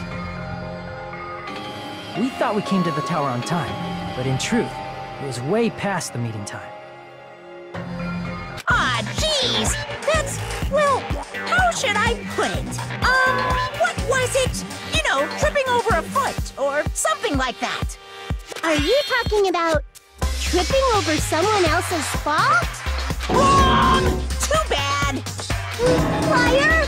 I'm right! That's not it! It's incorrect! That's definitely the correct answer. You always get so stubborn like this. Let's just ignore the peanut gallery. Now that we've found out how the killer lured Nekomaru, the number of suspects has drastically decreased. Hey, why would that decrease the number of suspects? Don't be a friggin' liar! You'll know I'm not lying when you listen to what Fuyuhiko's going to say next. Huh? What the hell do you mean? You witnessed Nekomaru going toward the tower. Did something else happen after that? Are you talking about that alarm? Alarm? A little while after I witnessed Nekomaru, the clock in the Strawberry House lounge started going off. Plus, it was just before that rumbling sound occurred. That's it. So that's what it is. If Nekomaru died when the rumble happened, then whoever doesn't have an alibi at the time is the prime suspect. Really? Was there anyone who didn't have an alibi at that time? I remember now. The sound was so loud I couldn't help bolting from my room. But there was one guy who never left the lounge. We were both on the same floor. It's pretty weird that bastard never came out of his guest room.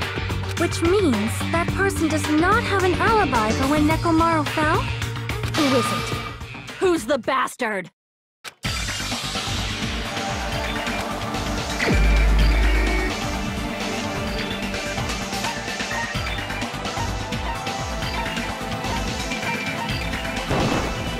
You're the only one! The one who wasn't there. It's you, right, Nagito? That's right! Nagito wasn't there! It was just me, Gundam, and Fuyuhiko.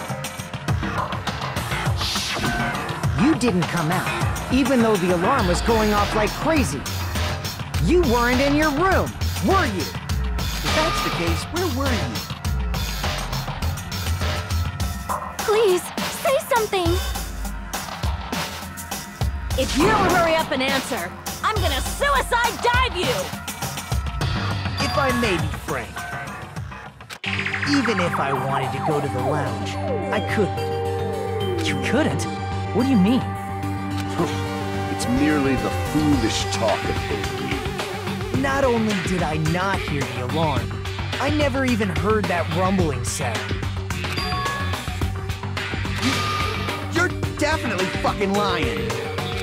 However, That is also true for me. It is obvious that I did not hear the alarm in Strawberry House. But I did not hear the rumbling sound either. Is that not strange? I mean, everyone else heard it. To be honest, it's not just them. The same goes for me too. I was in a pretty deep sleep, so I thought that's why I couldn't hear it, but... it wasn't that. I probably couldn't hear it at all. Couldn't hear it? What does that mean? You still don't know. Think about what the three of us who didn't hear a sound have in common, and I'm sure you'll figure it out.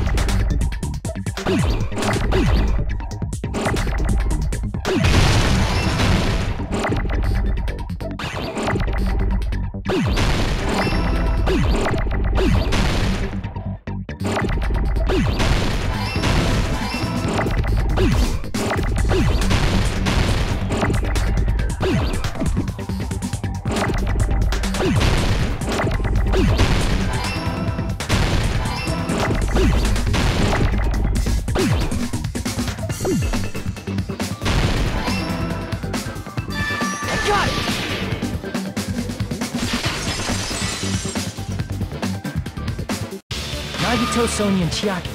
The three of you were staying in deluxe rooms, right? If I recall, the deluxe rooms are...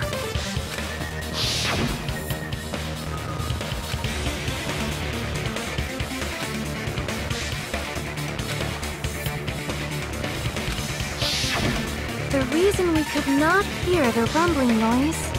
That's right. It was because the deluxe rooms have superior sound insulation. I actually noticed that. Nice catch, Hajime. Are you using your ultimate reserve course student talent? Now then, you guys must understand by now, right? The true identity of Nekomaru's killer. Hold on a sec! Why does that lead to who the killer is? Why? Well, that fact just now is a very important clue, and a decisive factor in identifying the killer. Decisive factor?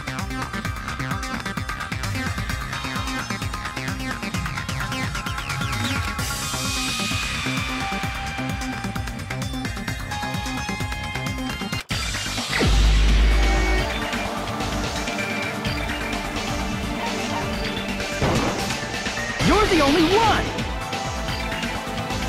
Gundam, there's something I want to ask you.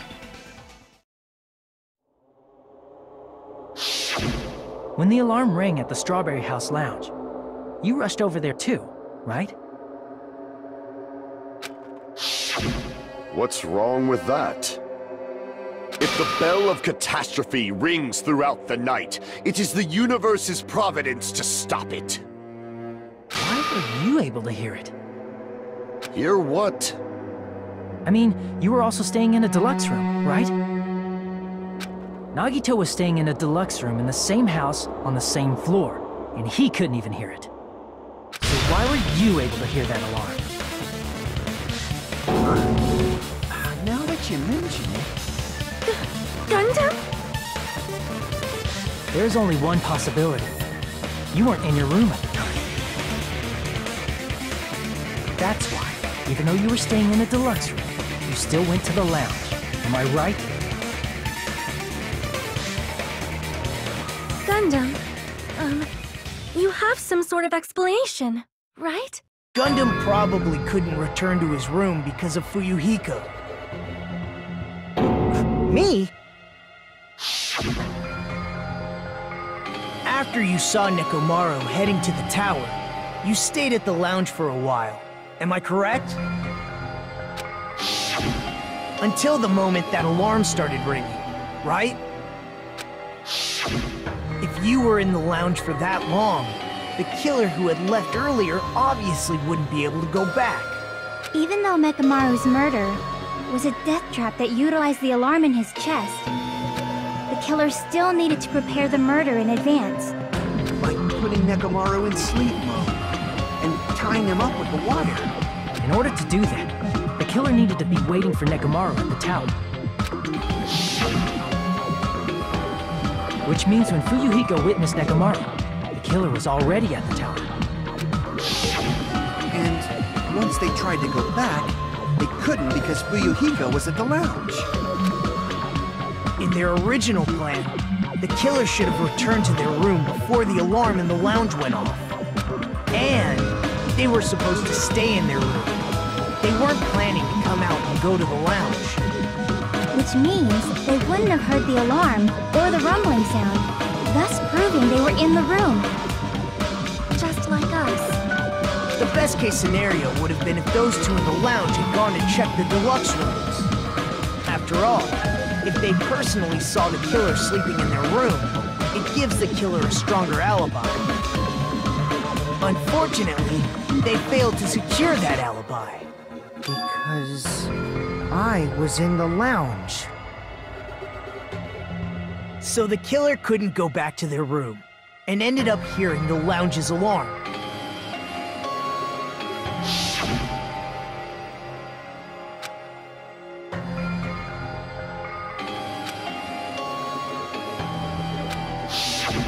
But why'd you come out? You should have hid till the excitement died down. If Gundam tried to hide, and if those two went to his room to check on him, he would have been found out. That would have been the worst possible outcome. That's why he couldn't just stay hidden. If those two had just checked the deluxe rooms as planned, that would have been ideal, but how ironic.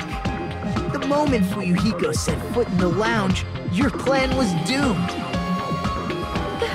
Gundam? Please, can you at least say something? Answer me this, including myself in my 4 dark devas of destruction. How many ears do we possess? Huh? The answer is 10. That's right, I possess 10 ears. That means I have 5 times the hearing of a normal human. The soundproof system here may as well not exist. Is that your argument? You bastard! Do you understand the situation you're in right now? Do not panic. The truth shall now commence. At the time, I left my room to go to the bathroom. By coincidence, I heard the alarm. That's right. That's all it was. The world is always so simple. Are you saying it was just a coincidence? Isn't that timing a little too perfect? And yet, I'm being suspected by all of you. It seems it was actually horrible timing on my part. I see. You're still holding out. Well, you don't have to admit it. We're going to decide who the killer is with the majority vote anyway. So, why don't we just go ahead and start voting? It's obvious that Gundam is the killer. Hold on a sec. You know, Hajime, this class trial, this killing, it's merely the opening act, you know. Hey! What do you mean the class trial is just the opening act? Perhaps I should say, it's just a farce. Just a boring farce. So boring, so stressful. I'm so painfully bored that I might develop stomach ulcers. Seriously. Let's just hurry up and finish this before I collapse from poor health. Nagito, something definitely happened to you, didn't it? At some point during the investigation, your behavior became even weirder. What actually happened? Did you discover something? let's just leave that fun for later. And finish this opening act already. Ah, you said opening act again! Please hold on! We have yet to hear Gundam's rebuttal! But he's completely shut up. Perhaps he can't argue anymore. Gundam! I was simply at a loss for words after being dumbfounded by your pathetic assumption. In fact, I shall deny the very basis. Your assumption has been wrong since the beginning. Since the beginning? Based on your assumption, I hung Nekomaru from the 4th floor of the tower and made the floor descend to the 1st floor. From there, after returning to Strawberry House, I was present when the alarm at the lounge went off, correct? Although going to and fro is busy enough as it is, how would I be able to travel between both houses anyway? I see. The contact elevator was broken. As I recall, the killer tampered with the Grape House control panel, which shut down the elevator. Plus, the stopped elevator should have been facing the Grape House side. If so, the human who used the elevator would have left it at Grape House. For these reasons, it's an indisputable fact that the killer destroyed the elevator at Grape House. And what's wrong with that? If the elevator was broken at Grape House, you wouldn't be able to return to Strawberry House. However, I was already at Strawberry House. I was present when the alarm in the lounge started ringing. Which means your assumption is clearly wrong. Are you serious? And here I thought it's already been decided. Have you learned your lesson, pitiful humans? You cannot overcome this contradiction.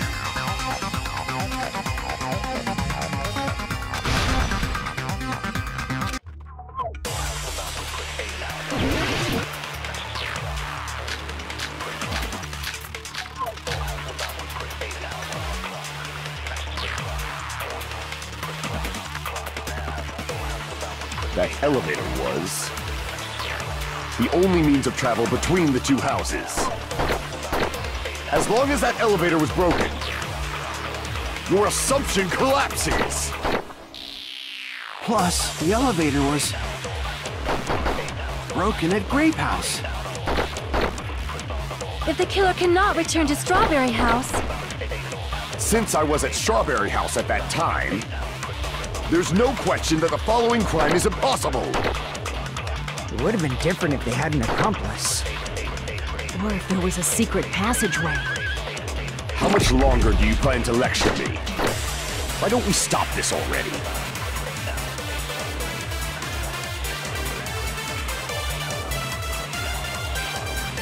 That elevator was the only means of travel between... No, that's wrong!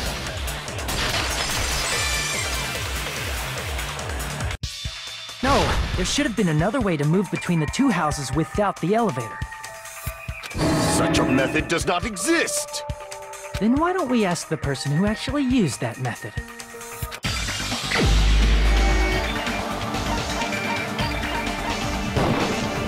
You're the only one! Nagito, you should know. What are you talking about? Don't play dumb. You appeared so suddenly that one time because you used that method, right?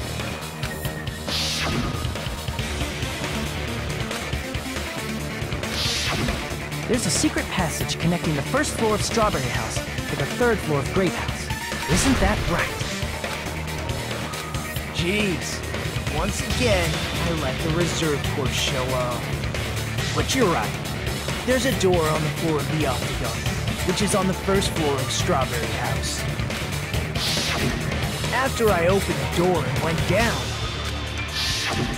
Surprise, surprise! I ended up in the Monokuma Archive, which is on the 3rd floor of Grape House. Meaning the 3rd floor and the 4th floor are actually connected. Plus, once you've cleared the final dead room once, you can pass through it as many times as you want. If they used that secret passage, they could have gone between the two houses as much as they want. Infinity Unlimited Flame! However, what if the killer was unaware of the existence of the final dead room? There's no way they didn't know. That is merely an illusion you have fabricated from your own suspicion. If you value your life, you should stop with your scrutiny. There's no way I can stop. You say? Don't make me angry! You wouldn't like me when I'm angry!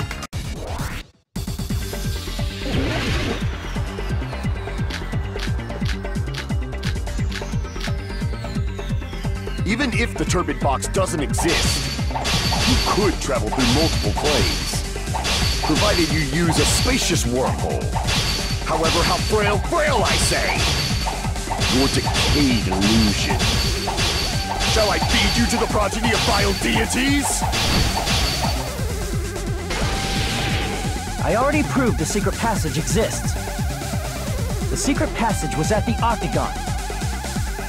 Know the limits of your own reasoning! You say the killer went to the Octagon? Don't bark, you cur! If you don't want to drown in the maelstrom of blind... Allow me to cut through those words! The wire used to string up Nekomaru's body. The hammer that looked like the weapon, and the chain on the door in the tower. Those are all the items that weren't in Funhouse. Where did the killer obtain them? The only place I can think of is the Octagon. There were various weapons and tools there. I'm pretty sure I saw stuff like wires, hammers, and chains too. Since those items were used in the crime, there's no doubt that the killer went to the Octagon. If that's the case, they obviously know about the secret passage too, right? It seems this is the end. Normally we'd end up listening to Hajime lecture us with a very long summary of the case. But there's no reason to waste any more time on this opening act. So I'm going to end this right now. Hey, what are you... First of all, by messing with all the clocks in the building, Gundam tried to lure only Nekomaru. The elevator was probably broken by that point. Thanks to that, Nekomaru wasn't able to go to Grape Tower, which was supposed to be the meetup point. So he tried going over to Strawberry Tower, just like we did when we found out the elevator was broken. Well, it's obvious he'd attempt that. At that time, we didn't know the two towers were the exact same place. Also, the button in Strawberry Hall wasn't broken, so he was easily able to enter Strawberry Tower. But surprise! Gundam was waiting for Nekomaru's arrival. Hold on. If Nekomaru didn't go to Strawberry Tower, what would the killer have done then? Their plan was a balancing act of uncertainties. But even if they failed, they probably wouldn't have minded.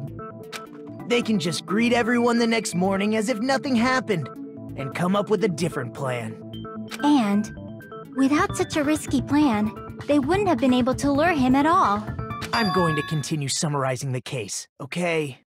Through this, Gundam successfully lured Nekomaru to Strawberry Tower. There's no way he could fight head-on with the robotic Nekomaru, so by pressing the goodnight button, he rendered Nekomaru powerless without fighting him. Hold on! What did you just say? That I didn't battle? What's wrong with that? Don't mess with me! Don't mess with me! I cannot ignore those words! Why are you angry all of a sudden? You fools do not understand! You don't understand at all! Ha! You make me laugh! After all this time, you still don't understand anything at all! I don't understand anything.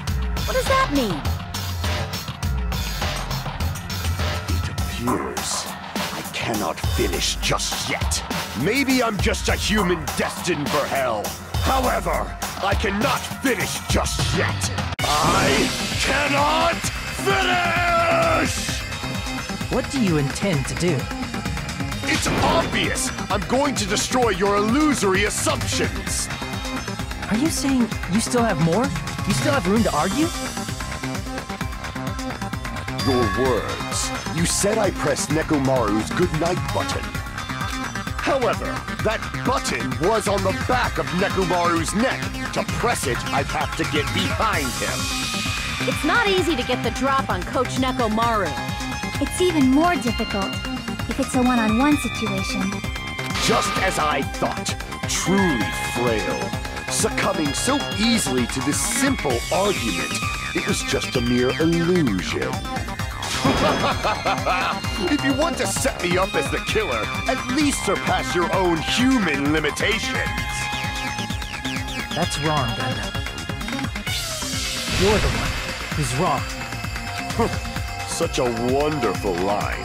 However, I cannot say that I'm satisfied. Listen well. I shall teach you 2 tips for making someone admit their defeat. First, you must crush them with your own overwhelming power. And as for the other, you must provide a reason that will persuade that human. You have not fulfilled either of those yet.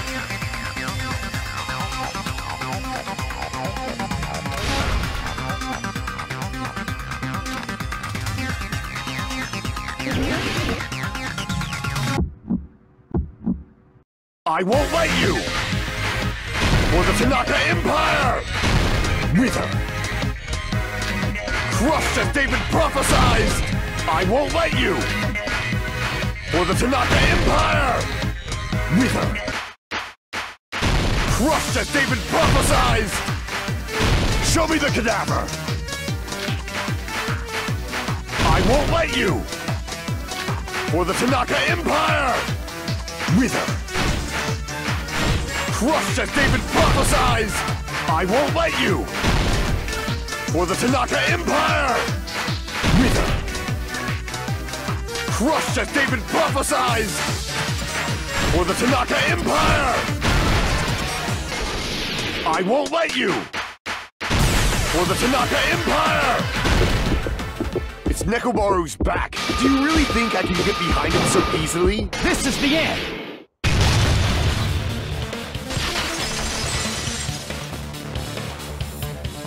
Even if you didn't get behind Nekomaru, you should have been able to press the button on the back of his neck. As long as you have the power of the hamsters you keep with you. Oh? Are you seriously saying he used his hamsters to press the button on the back of Nekomaru's neck? Of course it'd be impossible for a normal hamster, but it would have been possible for Gundam. In fact, we saw that with our very own eyes, right?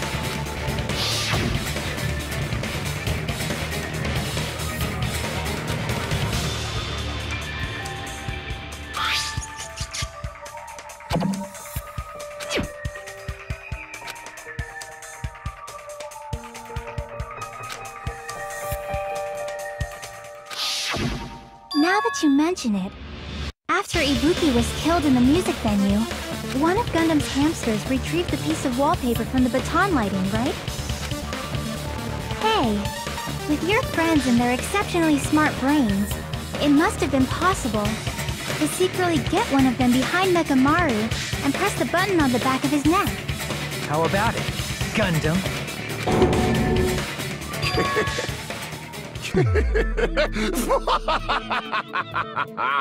Not just myself, but you actually brought up how splendid my subordinates are. I have no recourse but to admit it. Admit it? Did you say you admit it? It appears I've obtained a one-way ticket to hell. Fine! Then you must trample me underfoot and advance. Victory can only be built upon a foundation of corpses. You cannot find peace without sacrifice anywhere. Now, trample this life. Trample it as though it were mere trash on the side of the road. Pull the curtain strings of this worthless performance with your own 2 hands.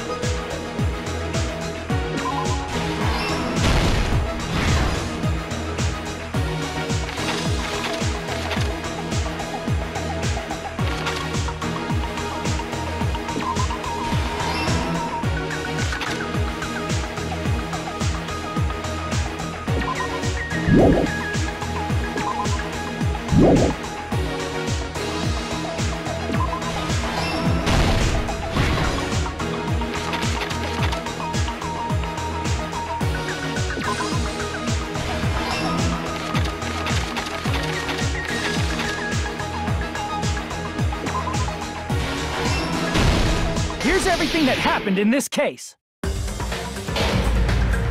Let's first go over the many tricks the killer prepared before they committed the crime.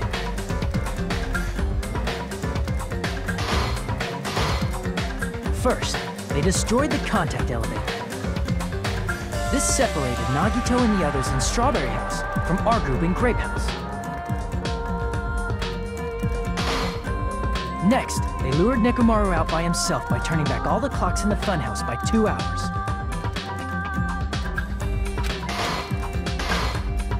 Additionally, in order to secure an alibi, the killer went to the Strawberry House lounge and set the wall clock's alarm to 5:30 a.m. After finishing their preparations, the killer went to Strawberry Tower with the necessary tools in hand. They obtained these tools from the Octagon, which you can enter once you clear the final dead room. This means the killer discovered the secret of the funhouse faster than anybody else. That secret being, Strawberry House and Grape House are actually the same building. On the morning of the incident, Nekomaru woke up and headed over to Grape Tower for a specific reason.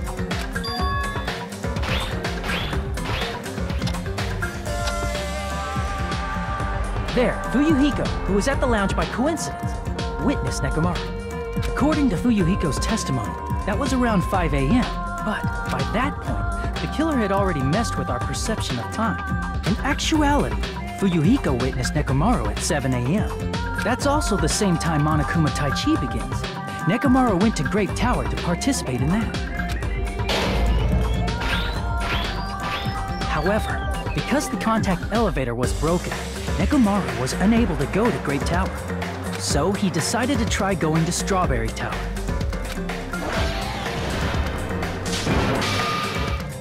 But the killer was waiting for him there.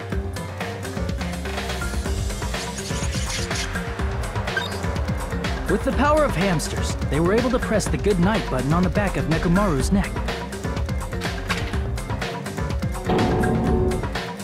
This forced him to enter sleep mode, rendering him immobile. From there, the killer began preparing to use the ultimate weapon.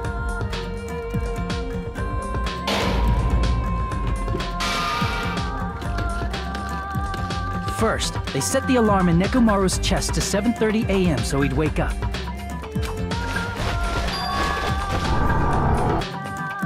Then they tied him up with a metal wire, tied the tip of the wire into a loop, and hung it on the doorknob. After leaving Strawberry Tower, the killer then destroyed the door button to Strawberry Hall. They did this to keep us from entering Strawberry Tower, and to keep us from discovering the secret of the building's structure that they used to kill Nekomaru.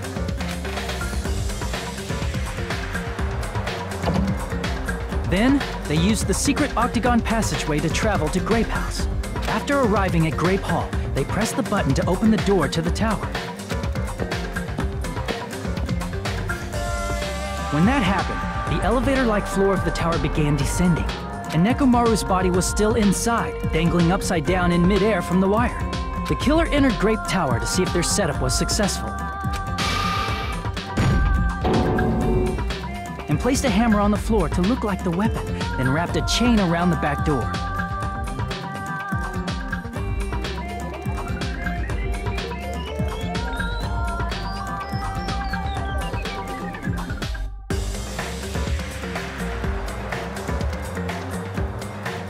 This was done to make us falsely believe we couldn't enter the tower from Strawberry Hall.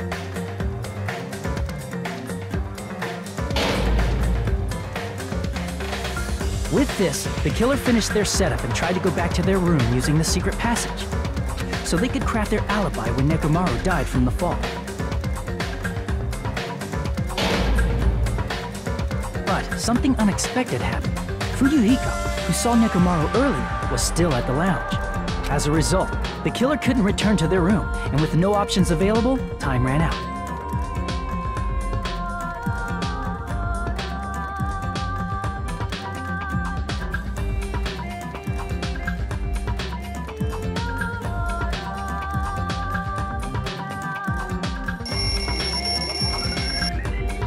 The lounge's wall clock alarm started ringing at 5:30. Well, actually 7:30. To avoid a worst-case scenario, the killer was forced to appear in front of Fuyuhiko with the others.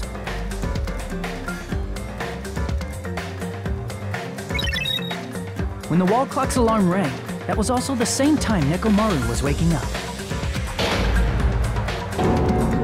He woke up while he was still hanging upside down, so he couldn't help but sway his body powerfully. Originally, the loop of wire was only supposed to slip off the doorknob, but because there was a heavier load than expected, the doorknob ended up breaking. Nekomaru fell from the 4th floor all the way to the 1st floor. He crashed into the pillar, which decapitated him on impact, and died. The sound of Nekomaru's impact echoed throughout the funhouse. However, by this point, the killer's plan was about to fail, thanks to the broken doorknob and Fuyuhiko. Meaning, the killer is someone who wouldn't have heard the alarm if they were in the deluxe room. They also wouldn't have been able to return to their guest room, because Fuyuhiko was at the lounge. That someone is Gundam Tanaka. I can't think of anyone else but you.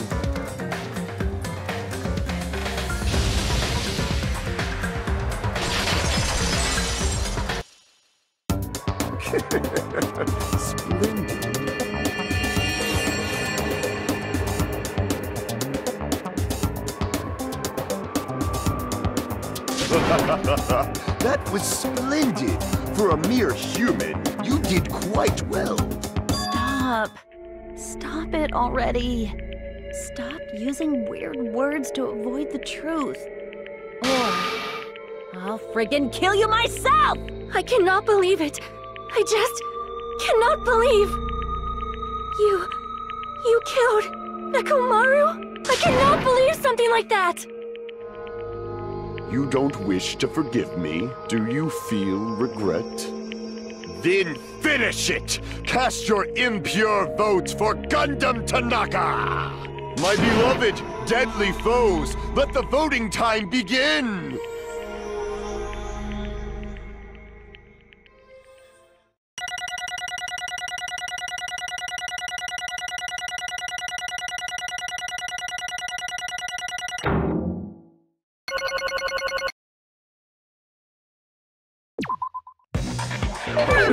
This result isn't all that exciting.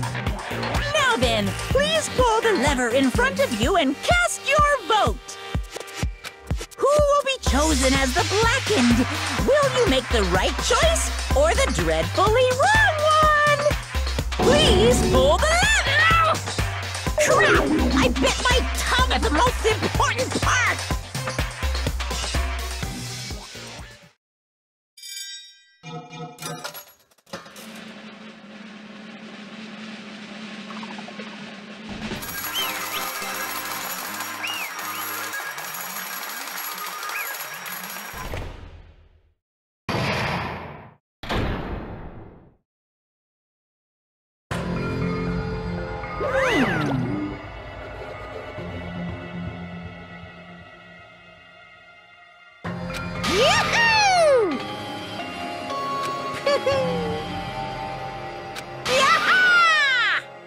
Nice!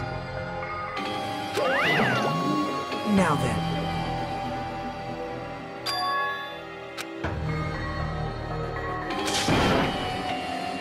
Jeez.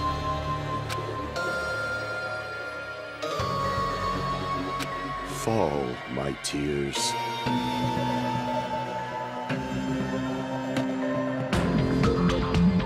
Listen well!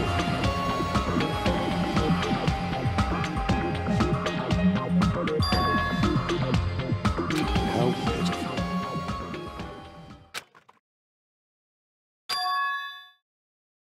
Fine. Damn it!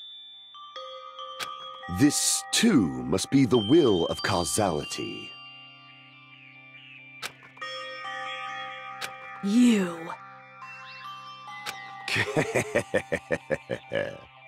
Let's make history.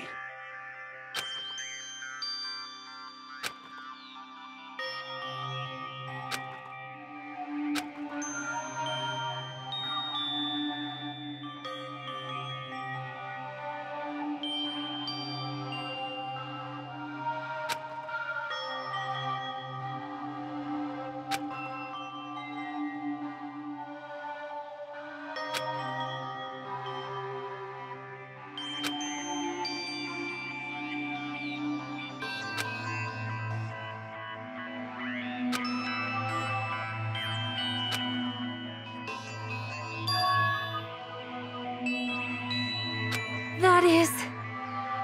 Let me tell you this. Huh?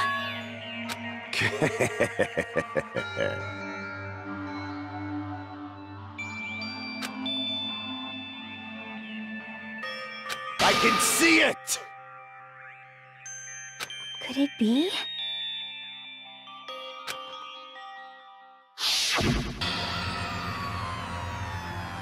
Sensing even my subtle killing intent, as expected of you, Nekomaru. This scorching, stinging, tense atmosphere. I've been a team manager for so long, I'd nearly forgotten this. This is great! What a comforting atmosphere!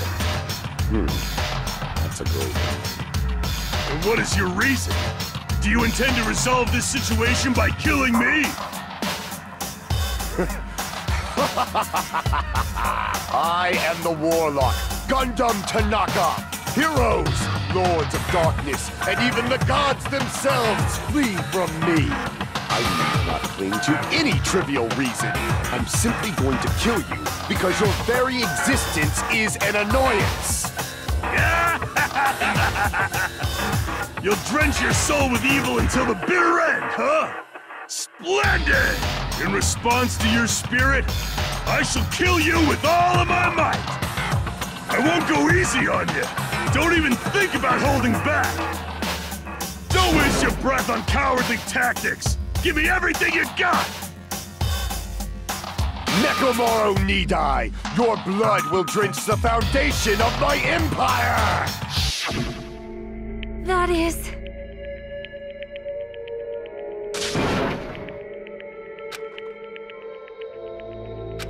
Let me tell you this.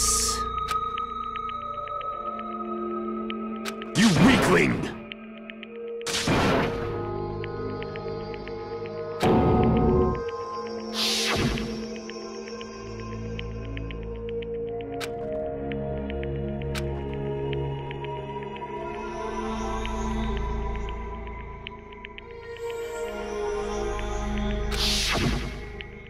Fall, my tears.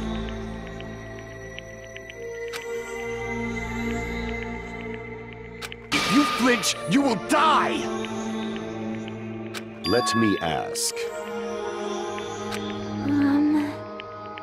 Fine.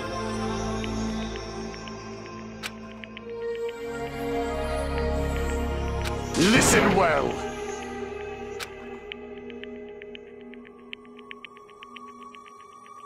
I shall engulf this world.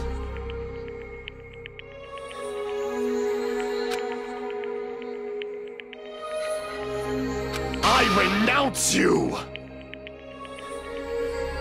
You.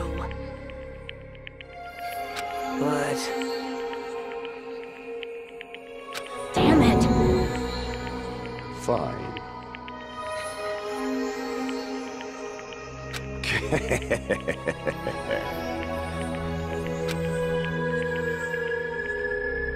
Fall, my tears.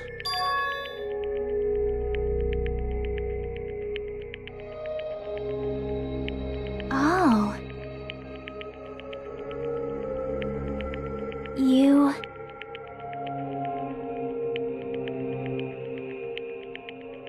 Let's make history.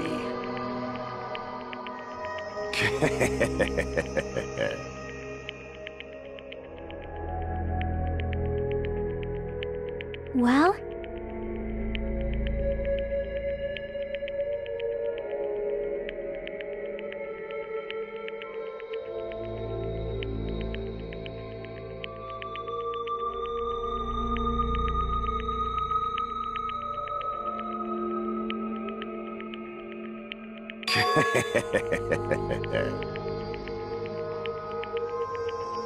My name is Gundam Tanaka!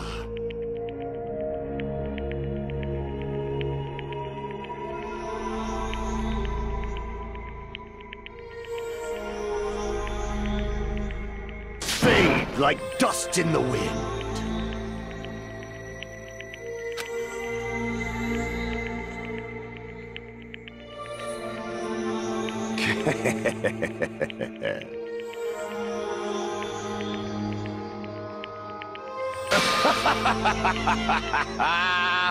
Yes, indeed.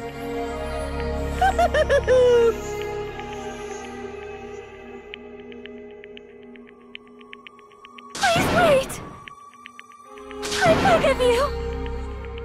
Huh? I beg of you!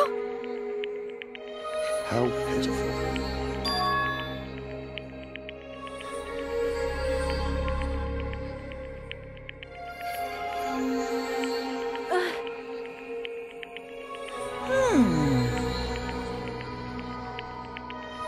Fine. What is it, my four dark devas of destruction? Are you worried about me? Oh, my feared four dark devas of destruction, that is not like you at all. However, there is no need to fear. In this world, I am only a temporary visitor.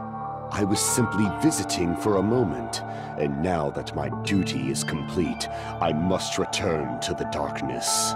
That is why, until the very end, pride, conceit, courage, insolence, fearful of nothing, daunted by nothing.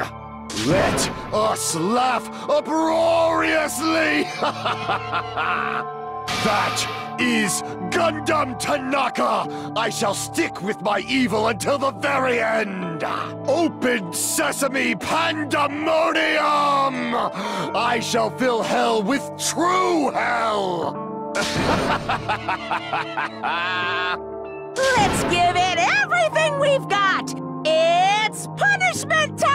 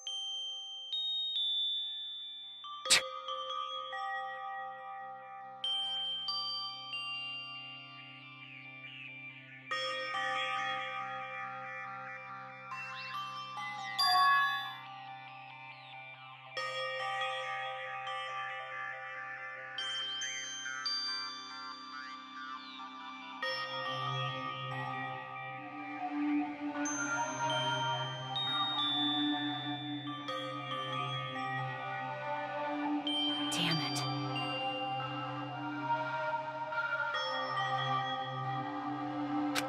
Damn it!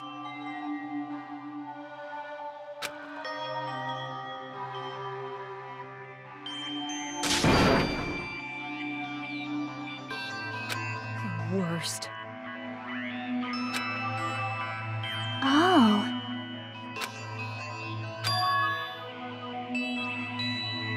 You are right.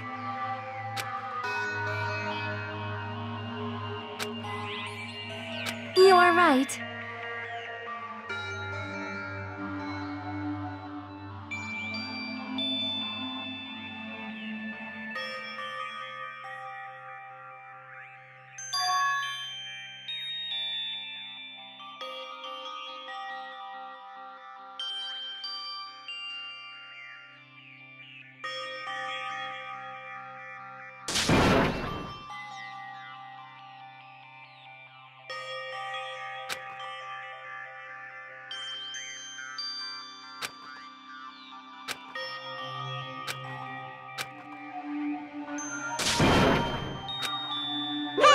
Hey!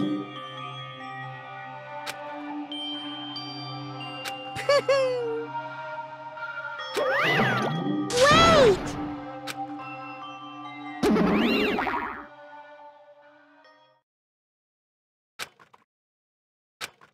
Now then. Hey! It's not like that.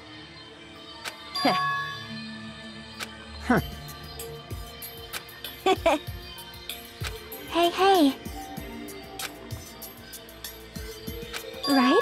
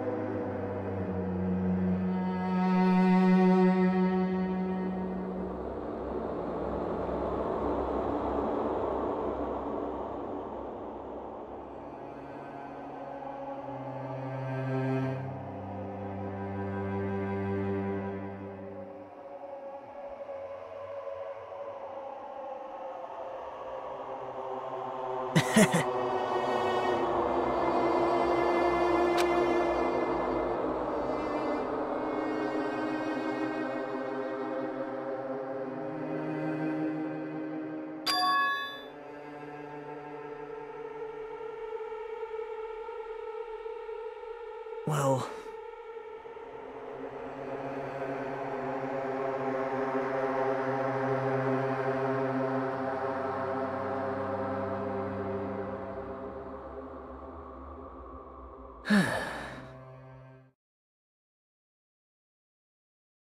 Damn it.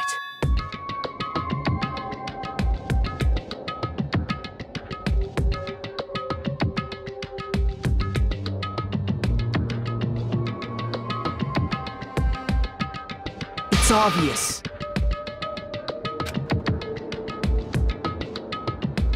Monokuma appears!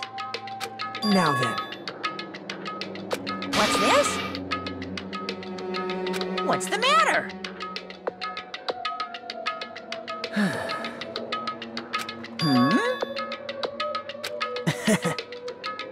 Well...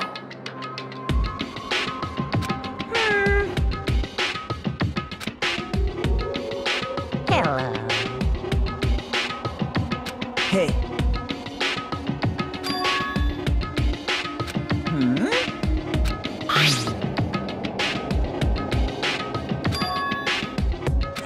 Say what? You don't even know?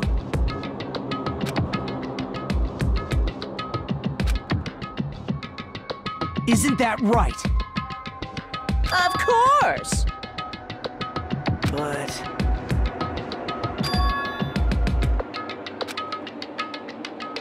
Who knows? Hey.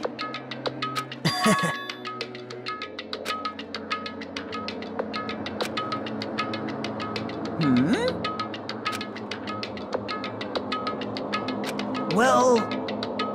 Right?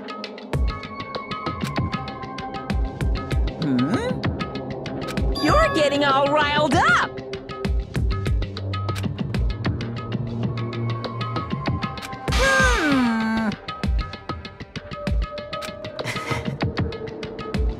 No, no! Shing! Huh?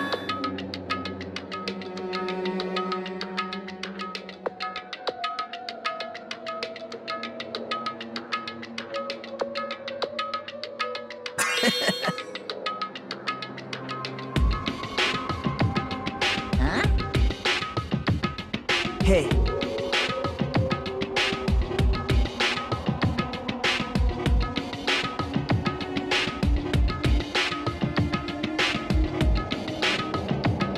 Yep. Right?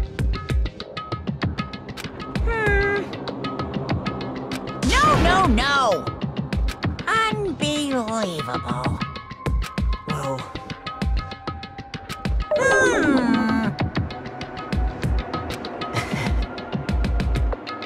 You're right.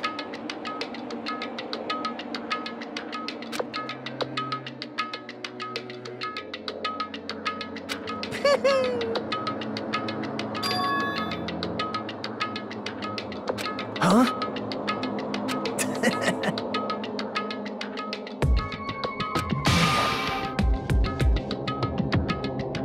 Like... Well... Say what? You don't know?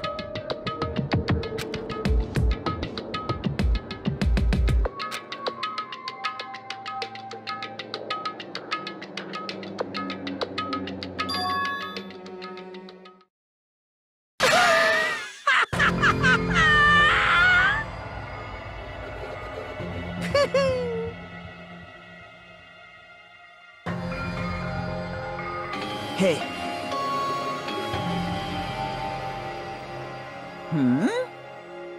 See?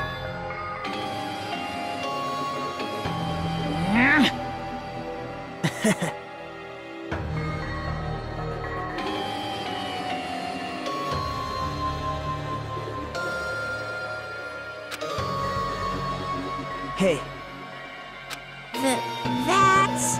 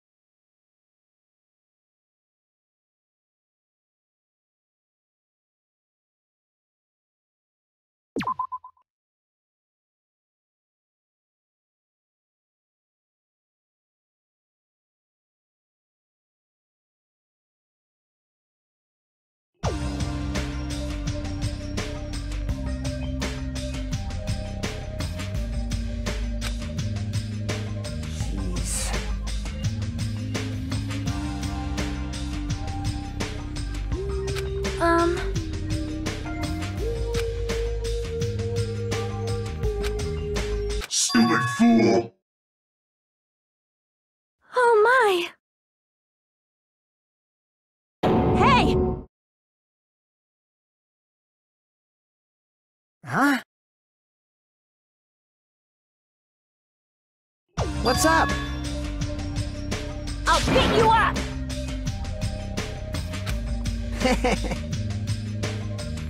I am concerned. Jeez.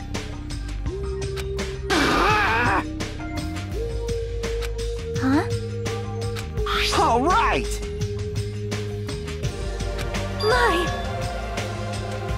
I'm no doll! I'm Mini-Maru!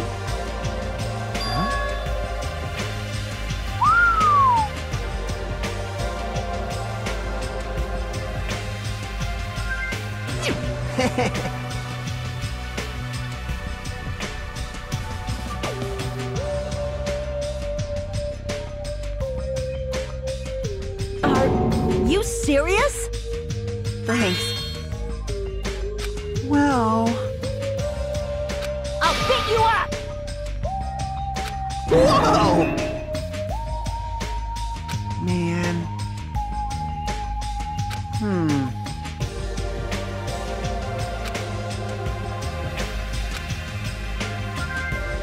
Engines revving.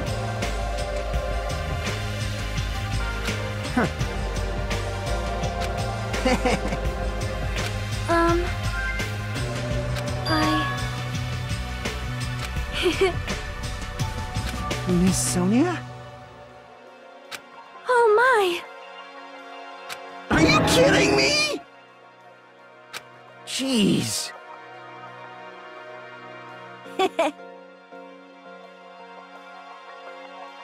I am Mini-Maru! Man. That's right!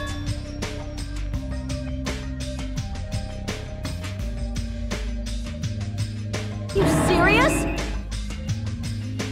Of course.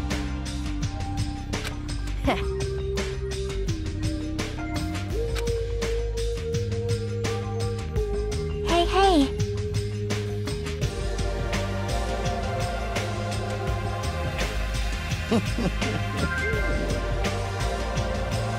Well. Hey, hey! But still...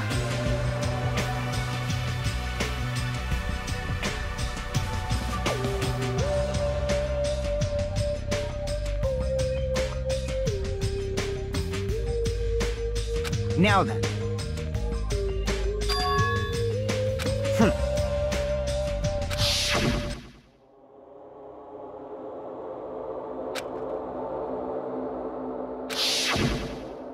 Hey, bastard!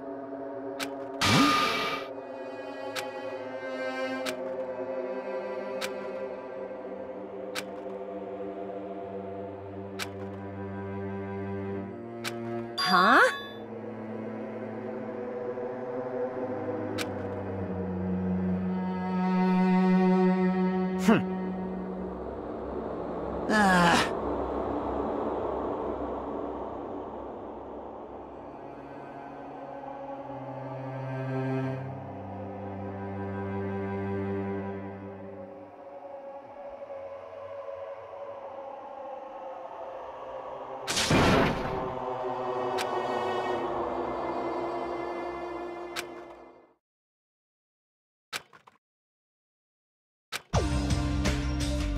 Right? Of course! Listen! Hey!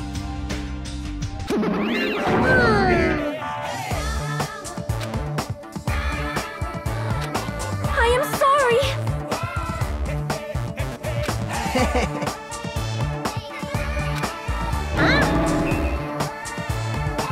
Huh?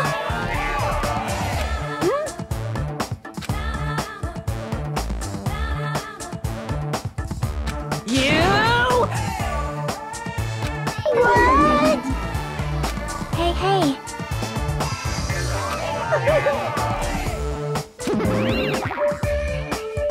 Ding, ding, ding, ding!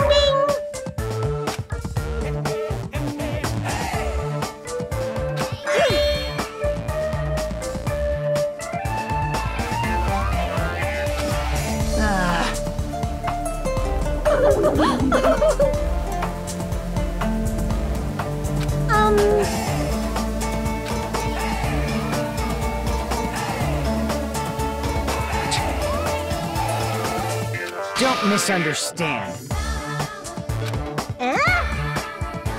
So... I'll show you my serious side. Hey, hey! What are you saying? Hey, hey, hey! What? Settle down! All right! Damn right.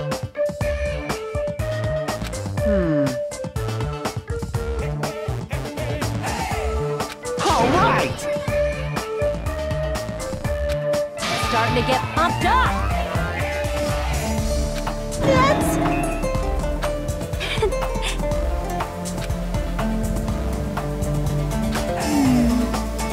Leave it to me.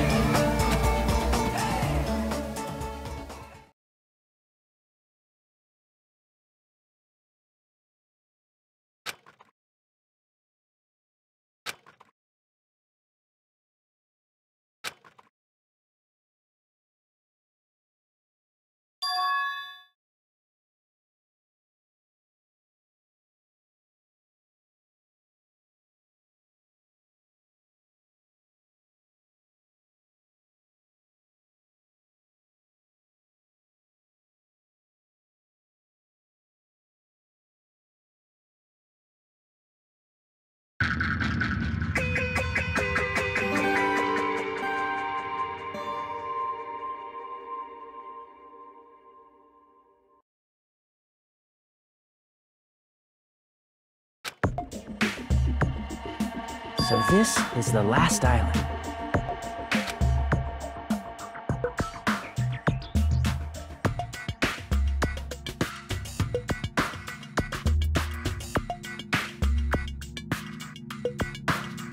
I guess it has an ambiance befitting of a final island.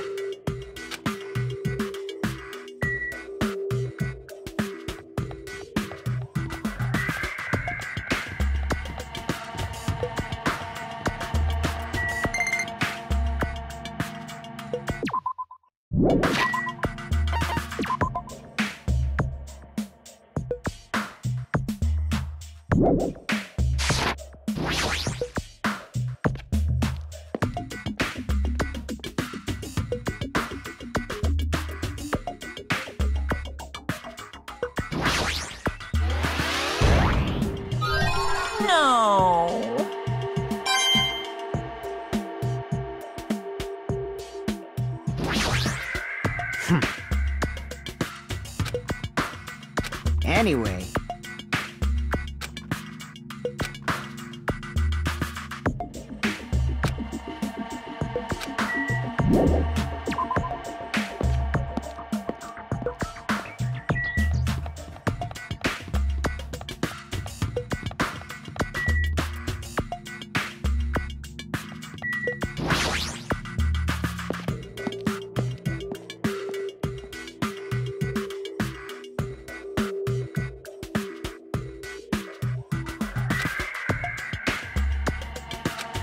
Hajime. See? Well?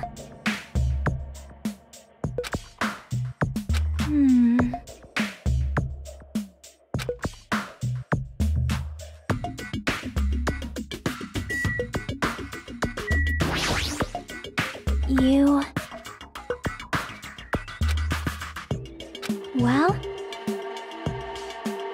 See?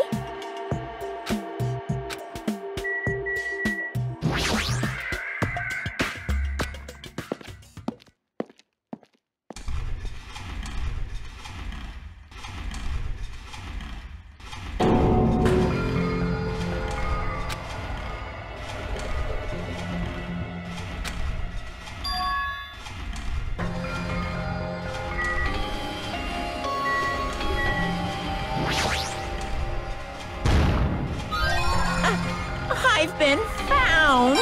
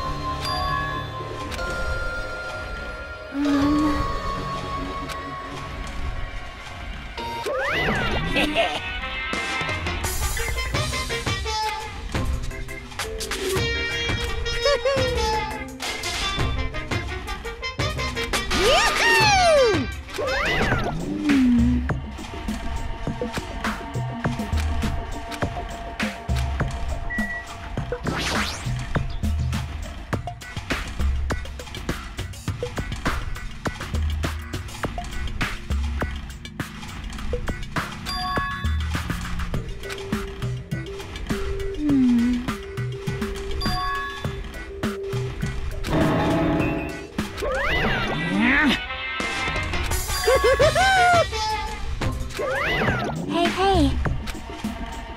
But still...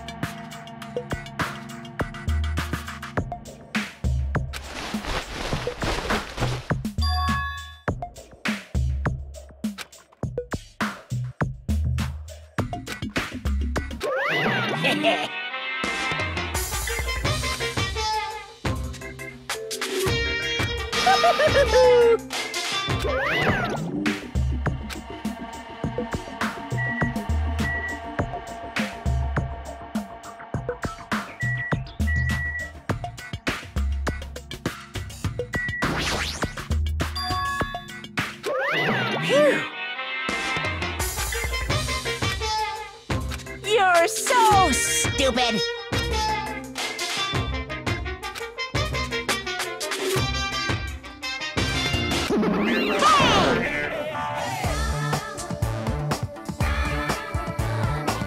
No!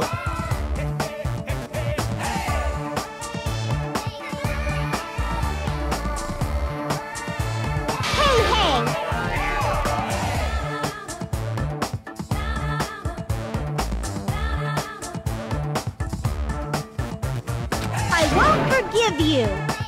My little sister! Hey, Hey! Shing! In other words...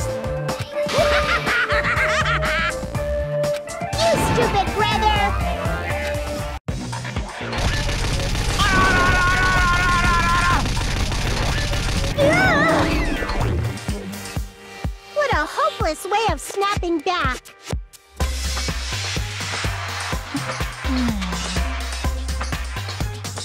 Special bleeding service! Here!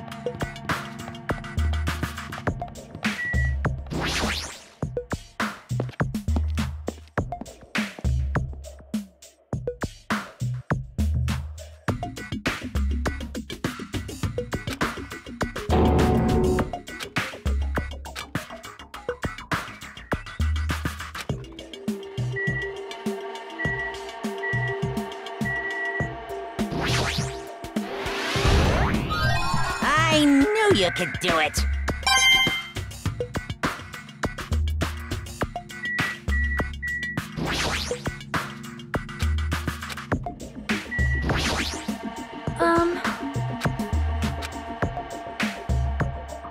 All right! Huh?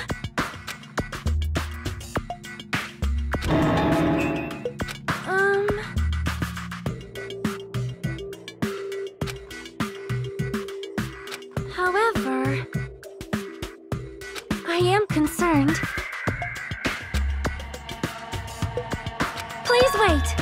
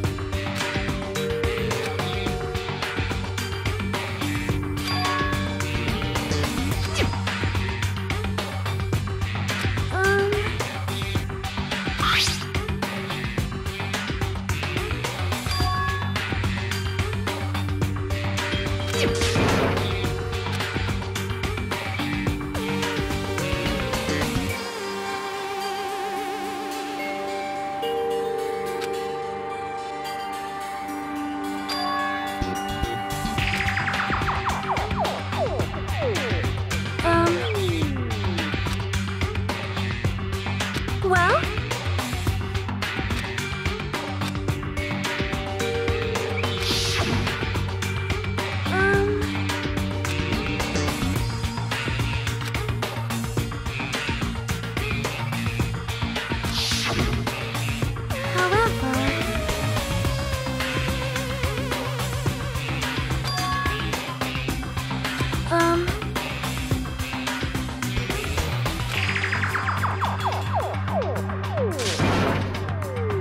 Perhaps.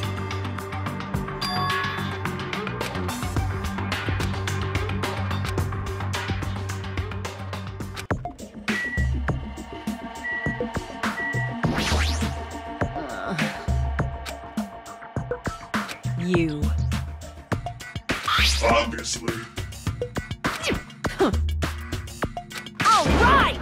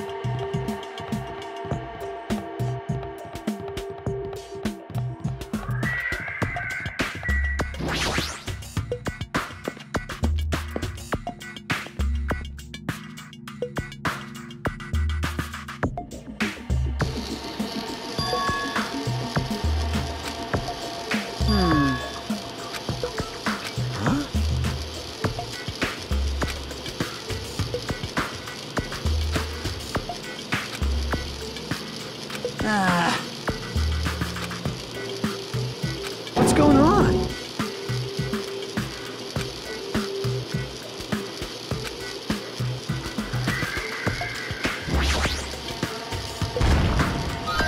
Huh? Are you serious?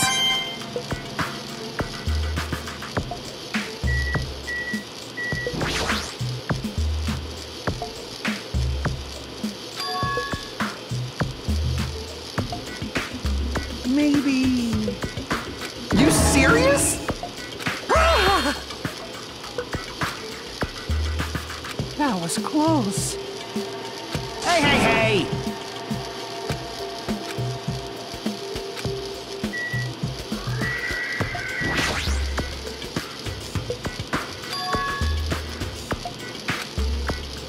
Hey, hey!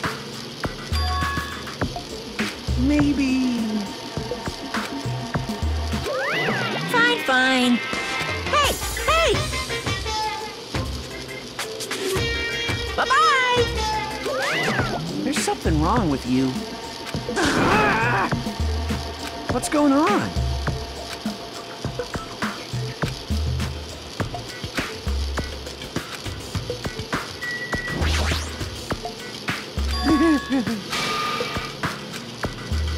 Huh?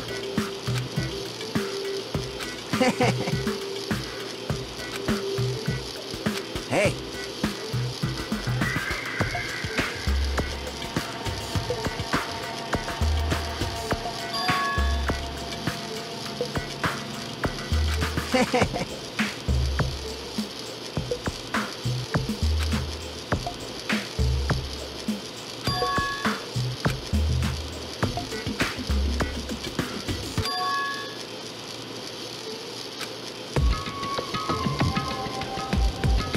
Yeah.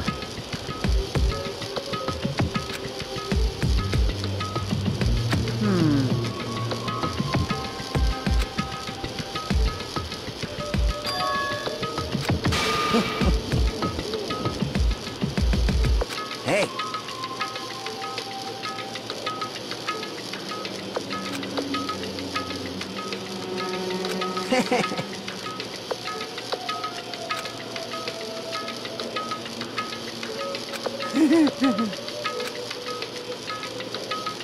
Of course not!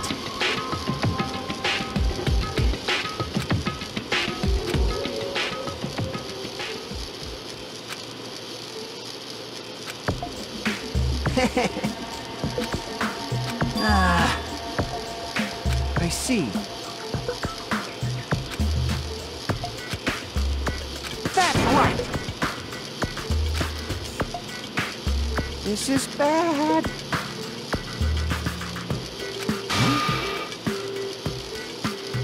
Hey, hey, hey! I mean...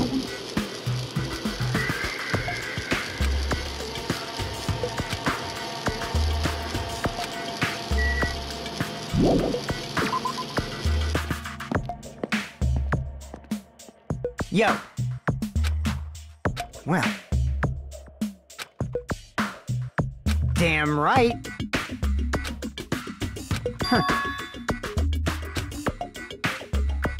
Later.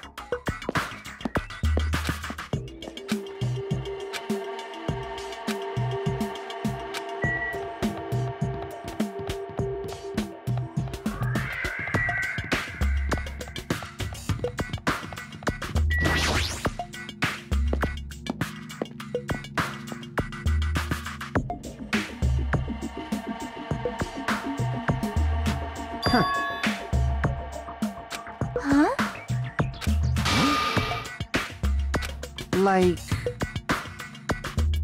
Now then.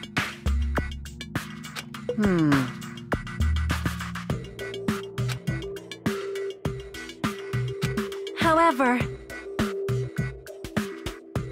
Well... Huh?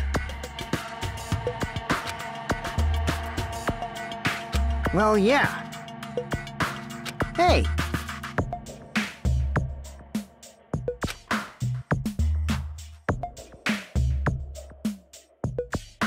Huh? That's wrong.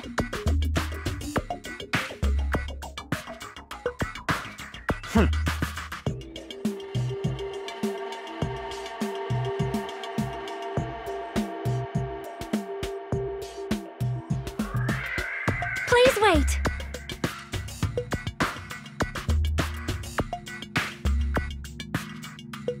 Starting to get pumped up!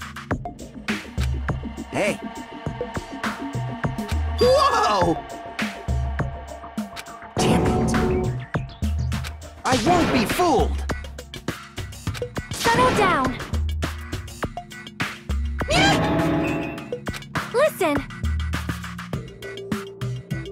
Oh my. Well? You insolent fool!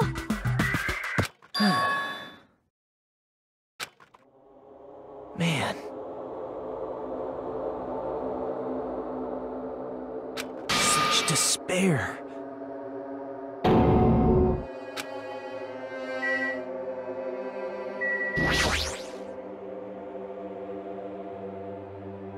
Jeez.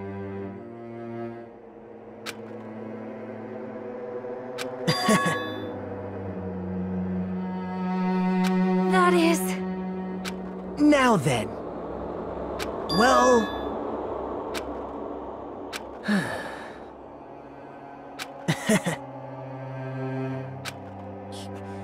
You...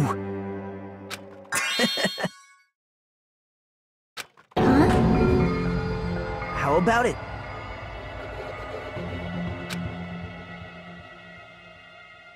What?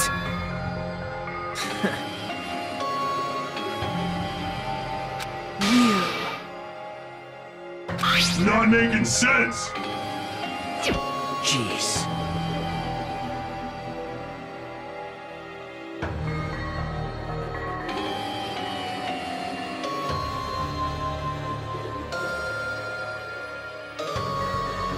Right? Huh? That is an order! That's right! Well?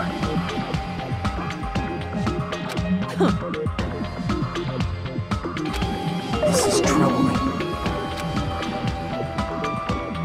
Well...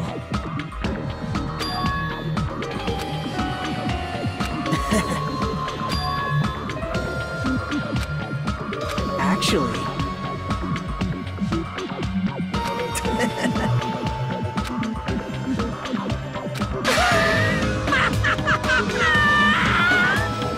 What? Please wait!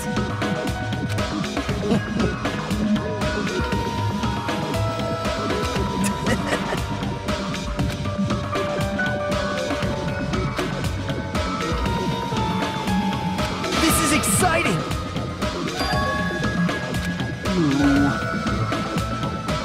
Now then.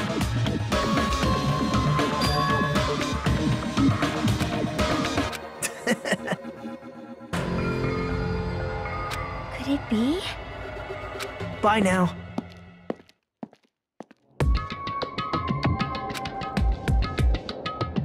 Hey, hey! Are you kidding me? Damn it! Please wait!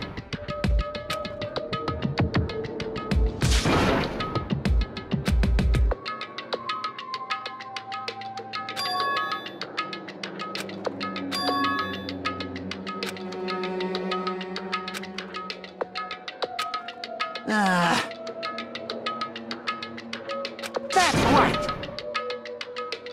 Oh. I'll show you my secret! side.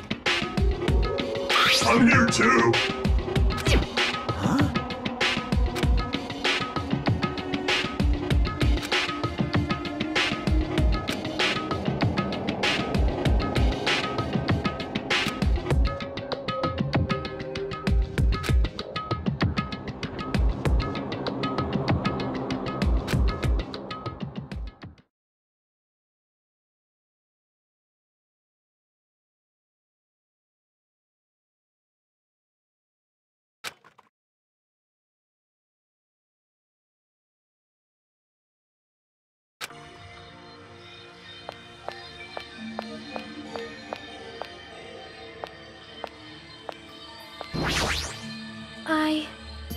Do you have a minute? Well?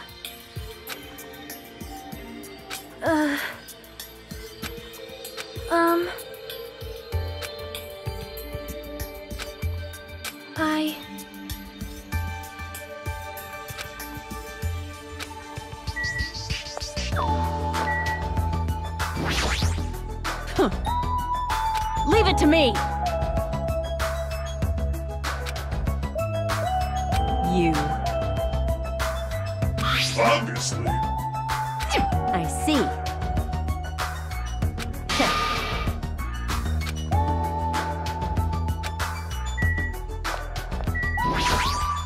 Jeez.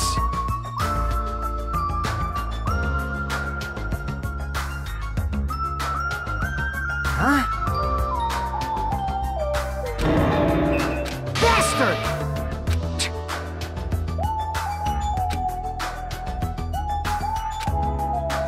Damn it!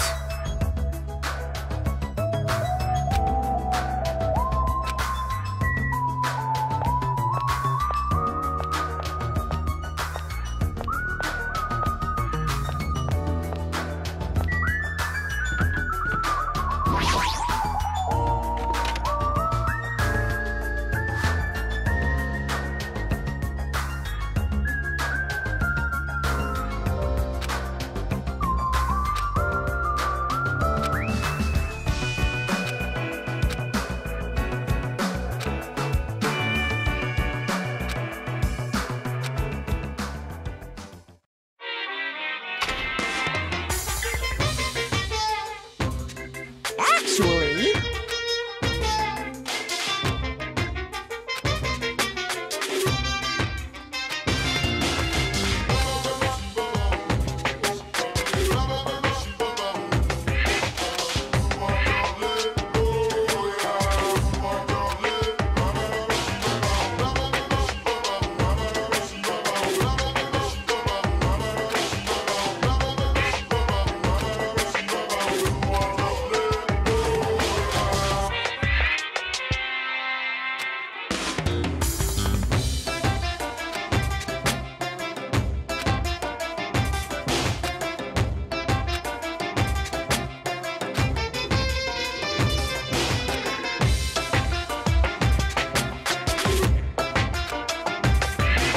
What the hell?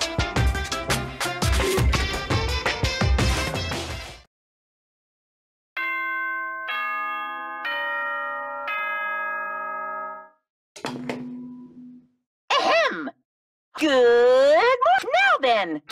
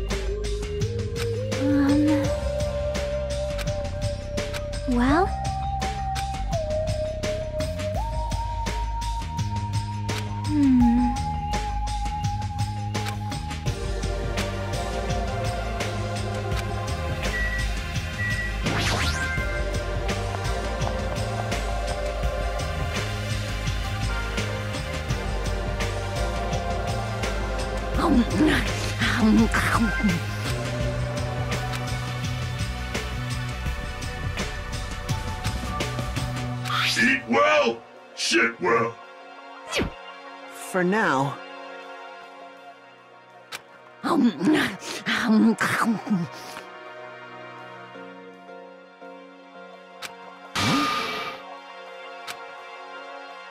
You know, right?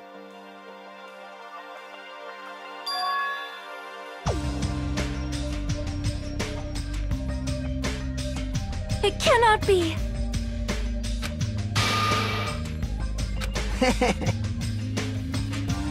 Hey, bastard!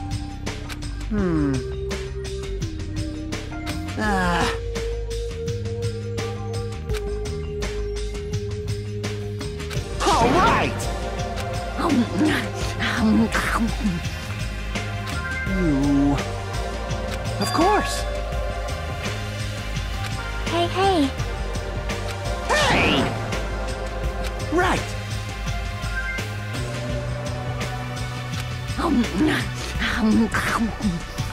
Jeez, you're pathetic.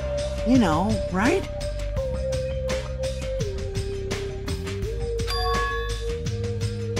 No way. So... Hey, hey! Well... Hey, hey! You... Hey! Oh. All right!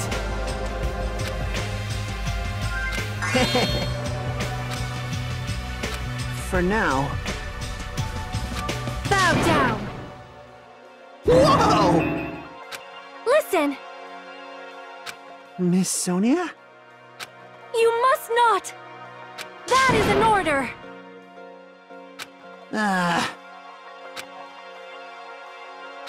I'll leave that matter to your discretion. Damn it!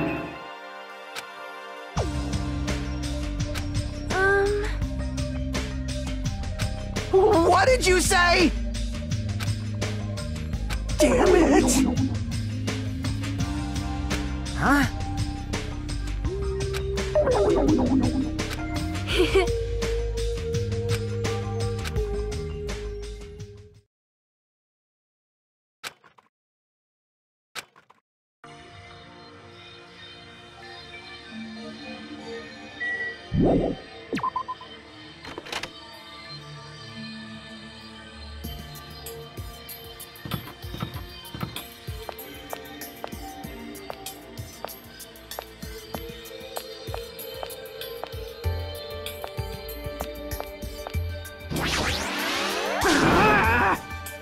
You can't! Man. I won't forgive you! Shut up! Shut up! That's right!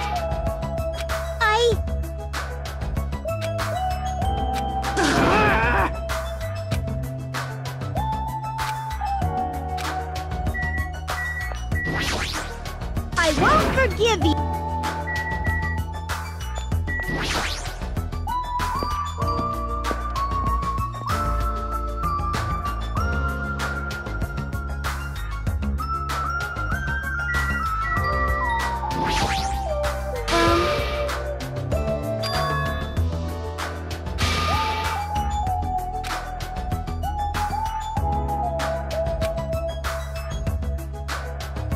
That is...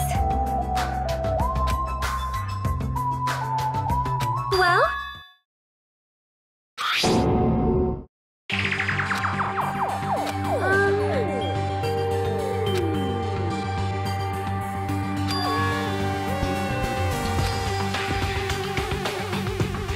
Do you have a minute? Well?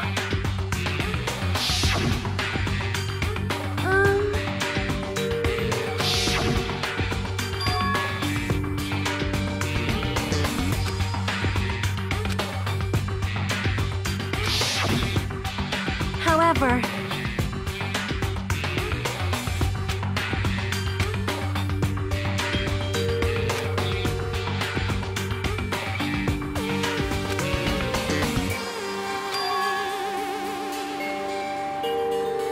Hey,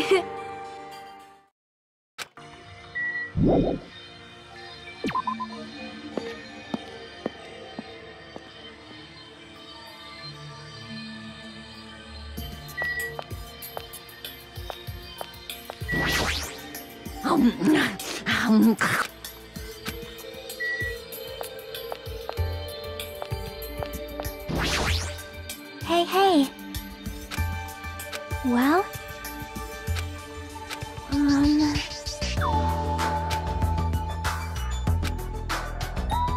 I'll leave that matter to your discretion. That is...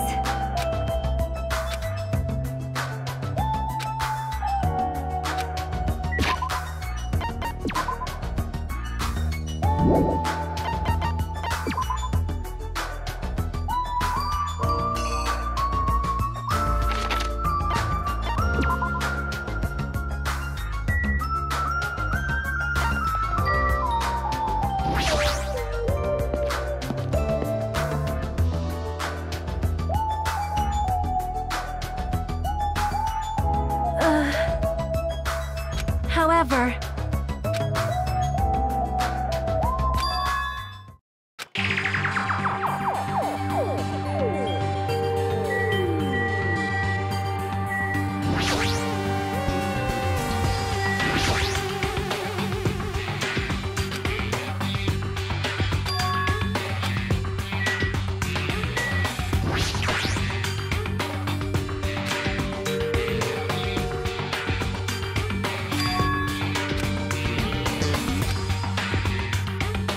Please wait. Well?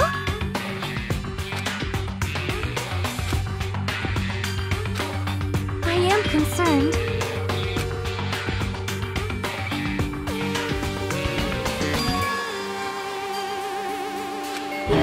You are wrong.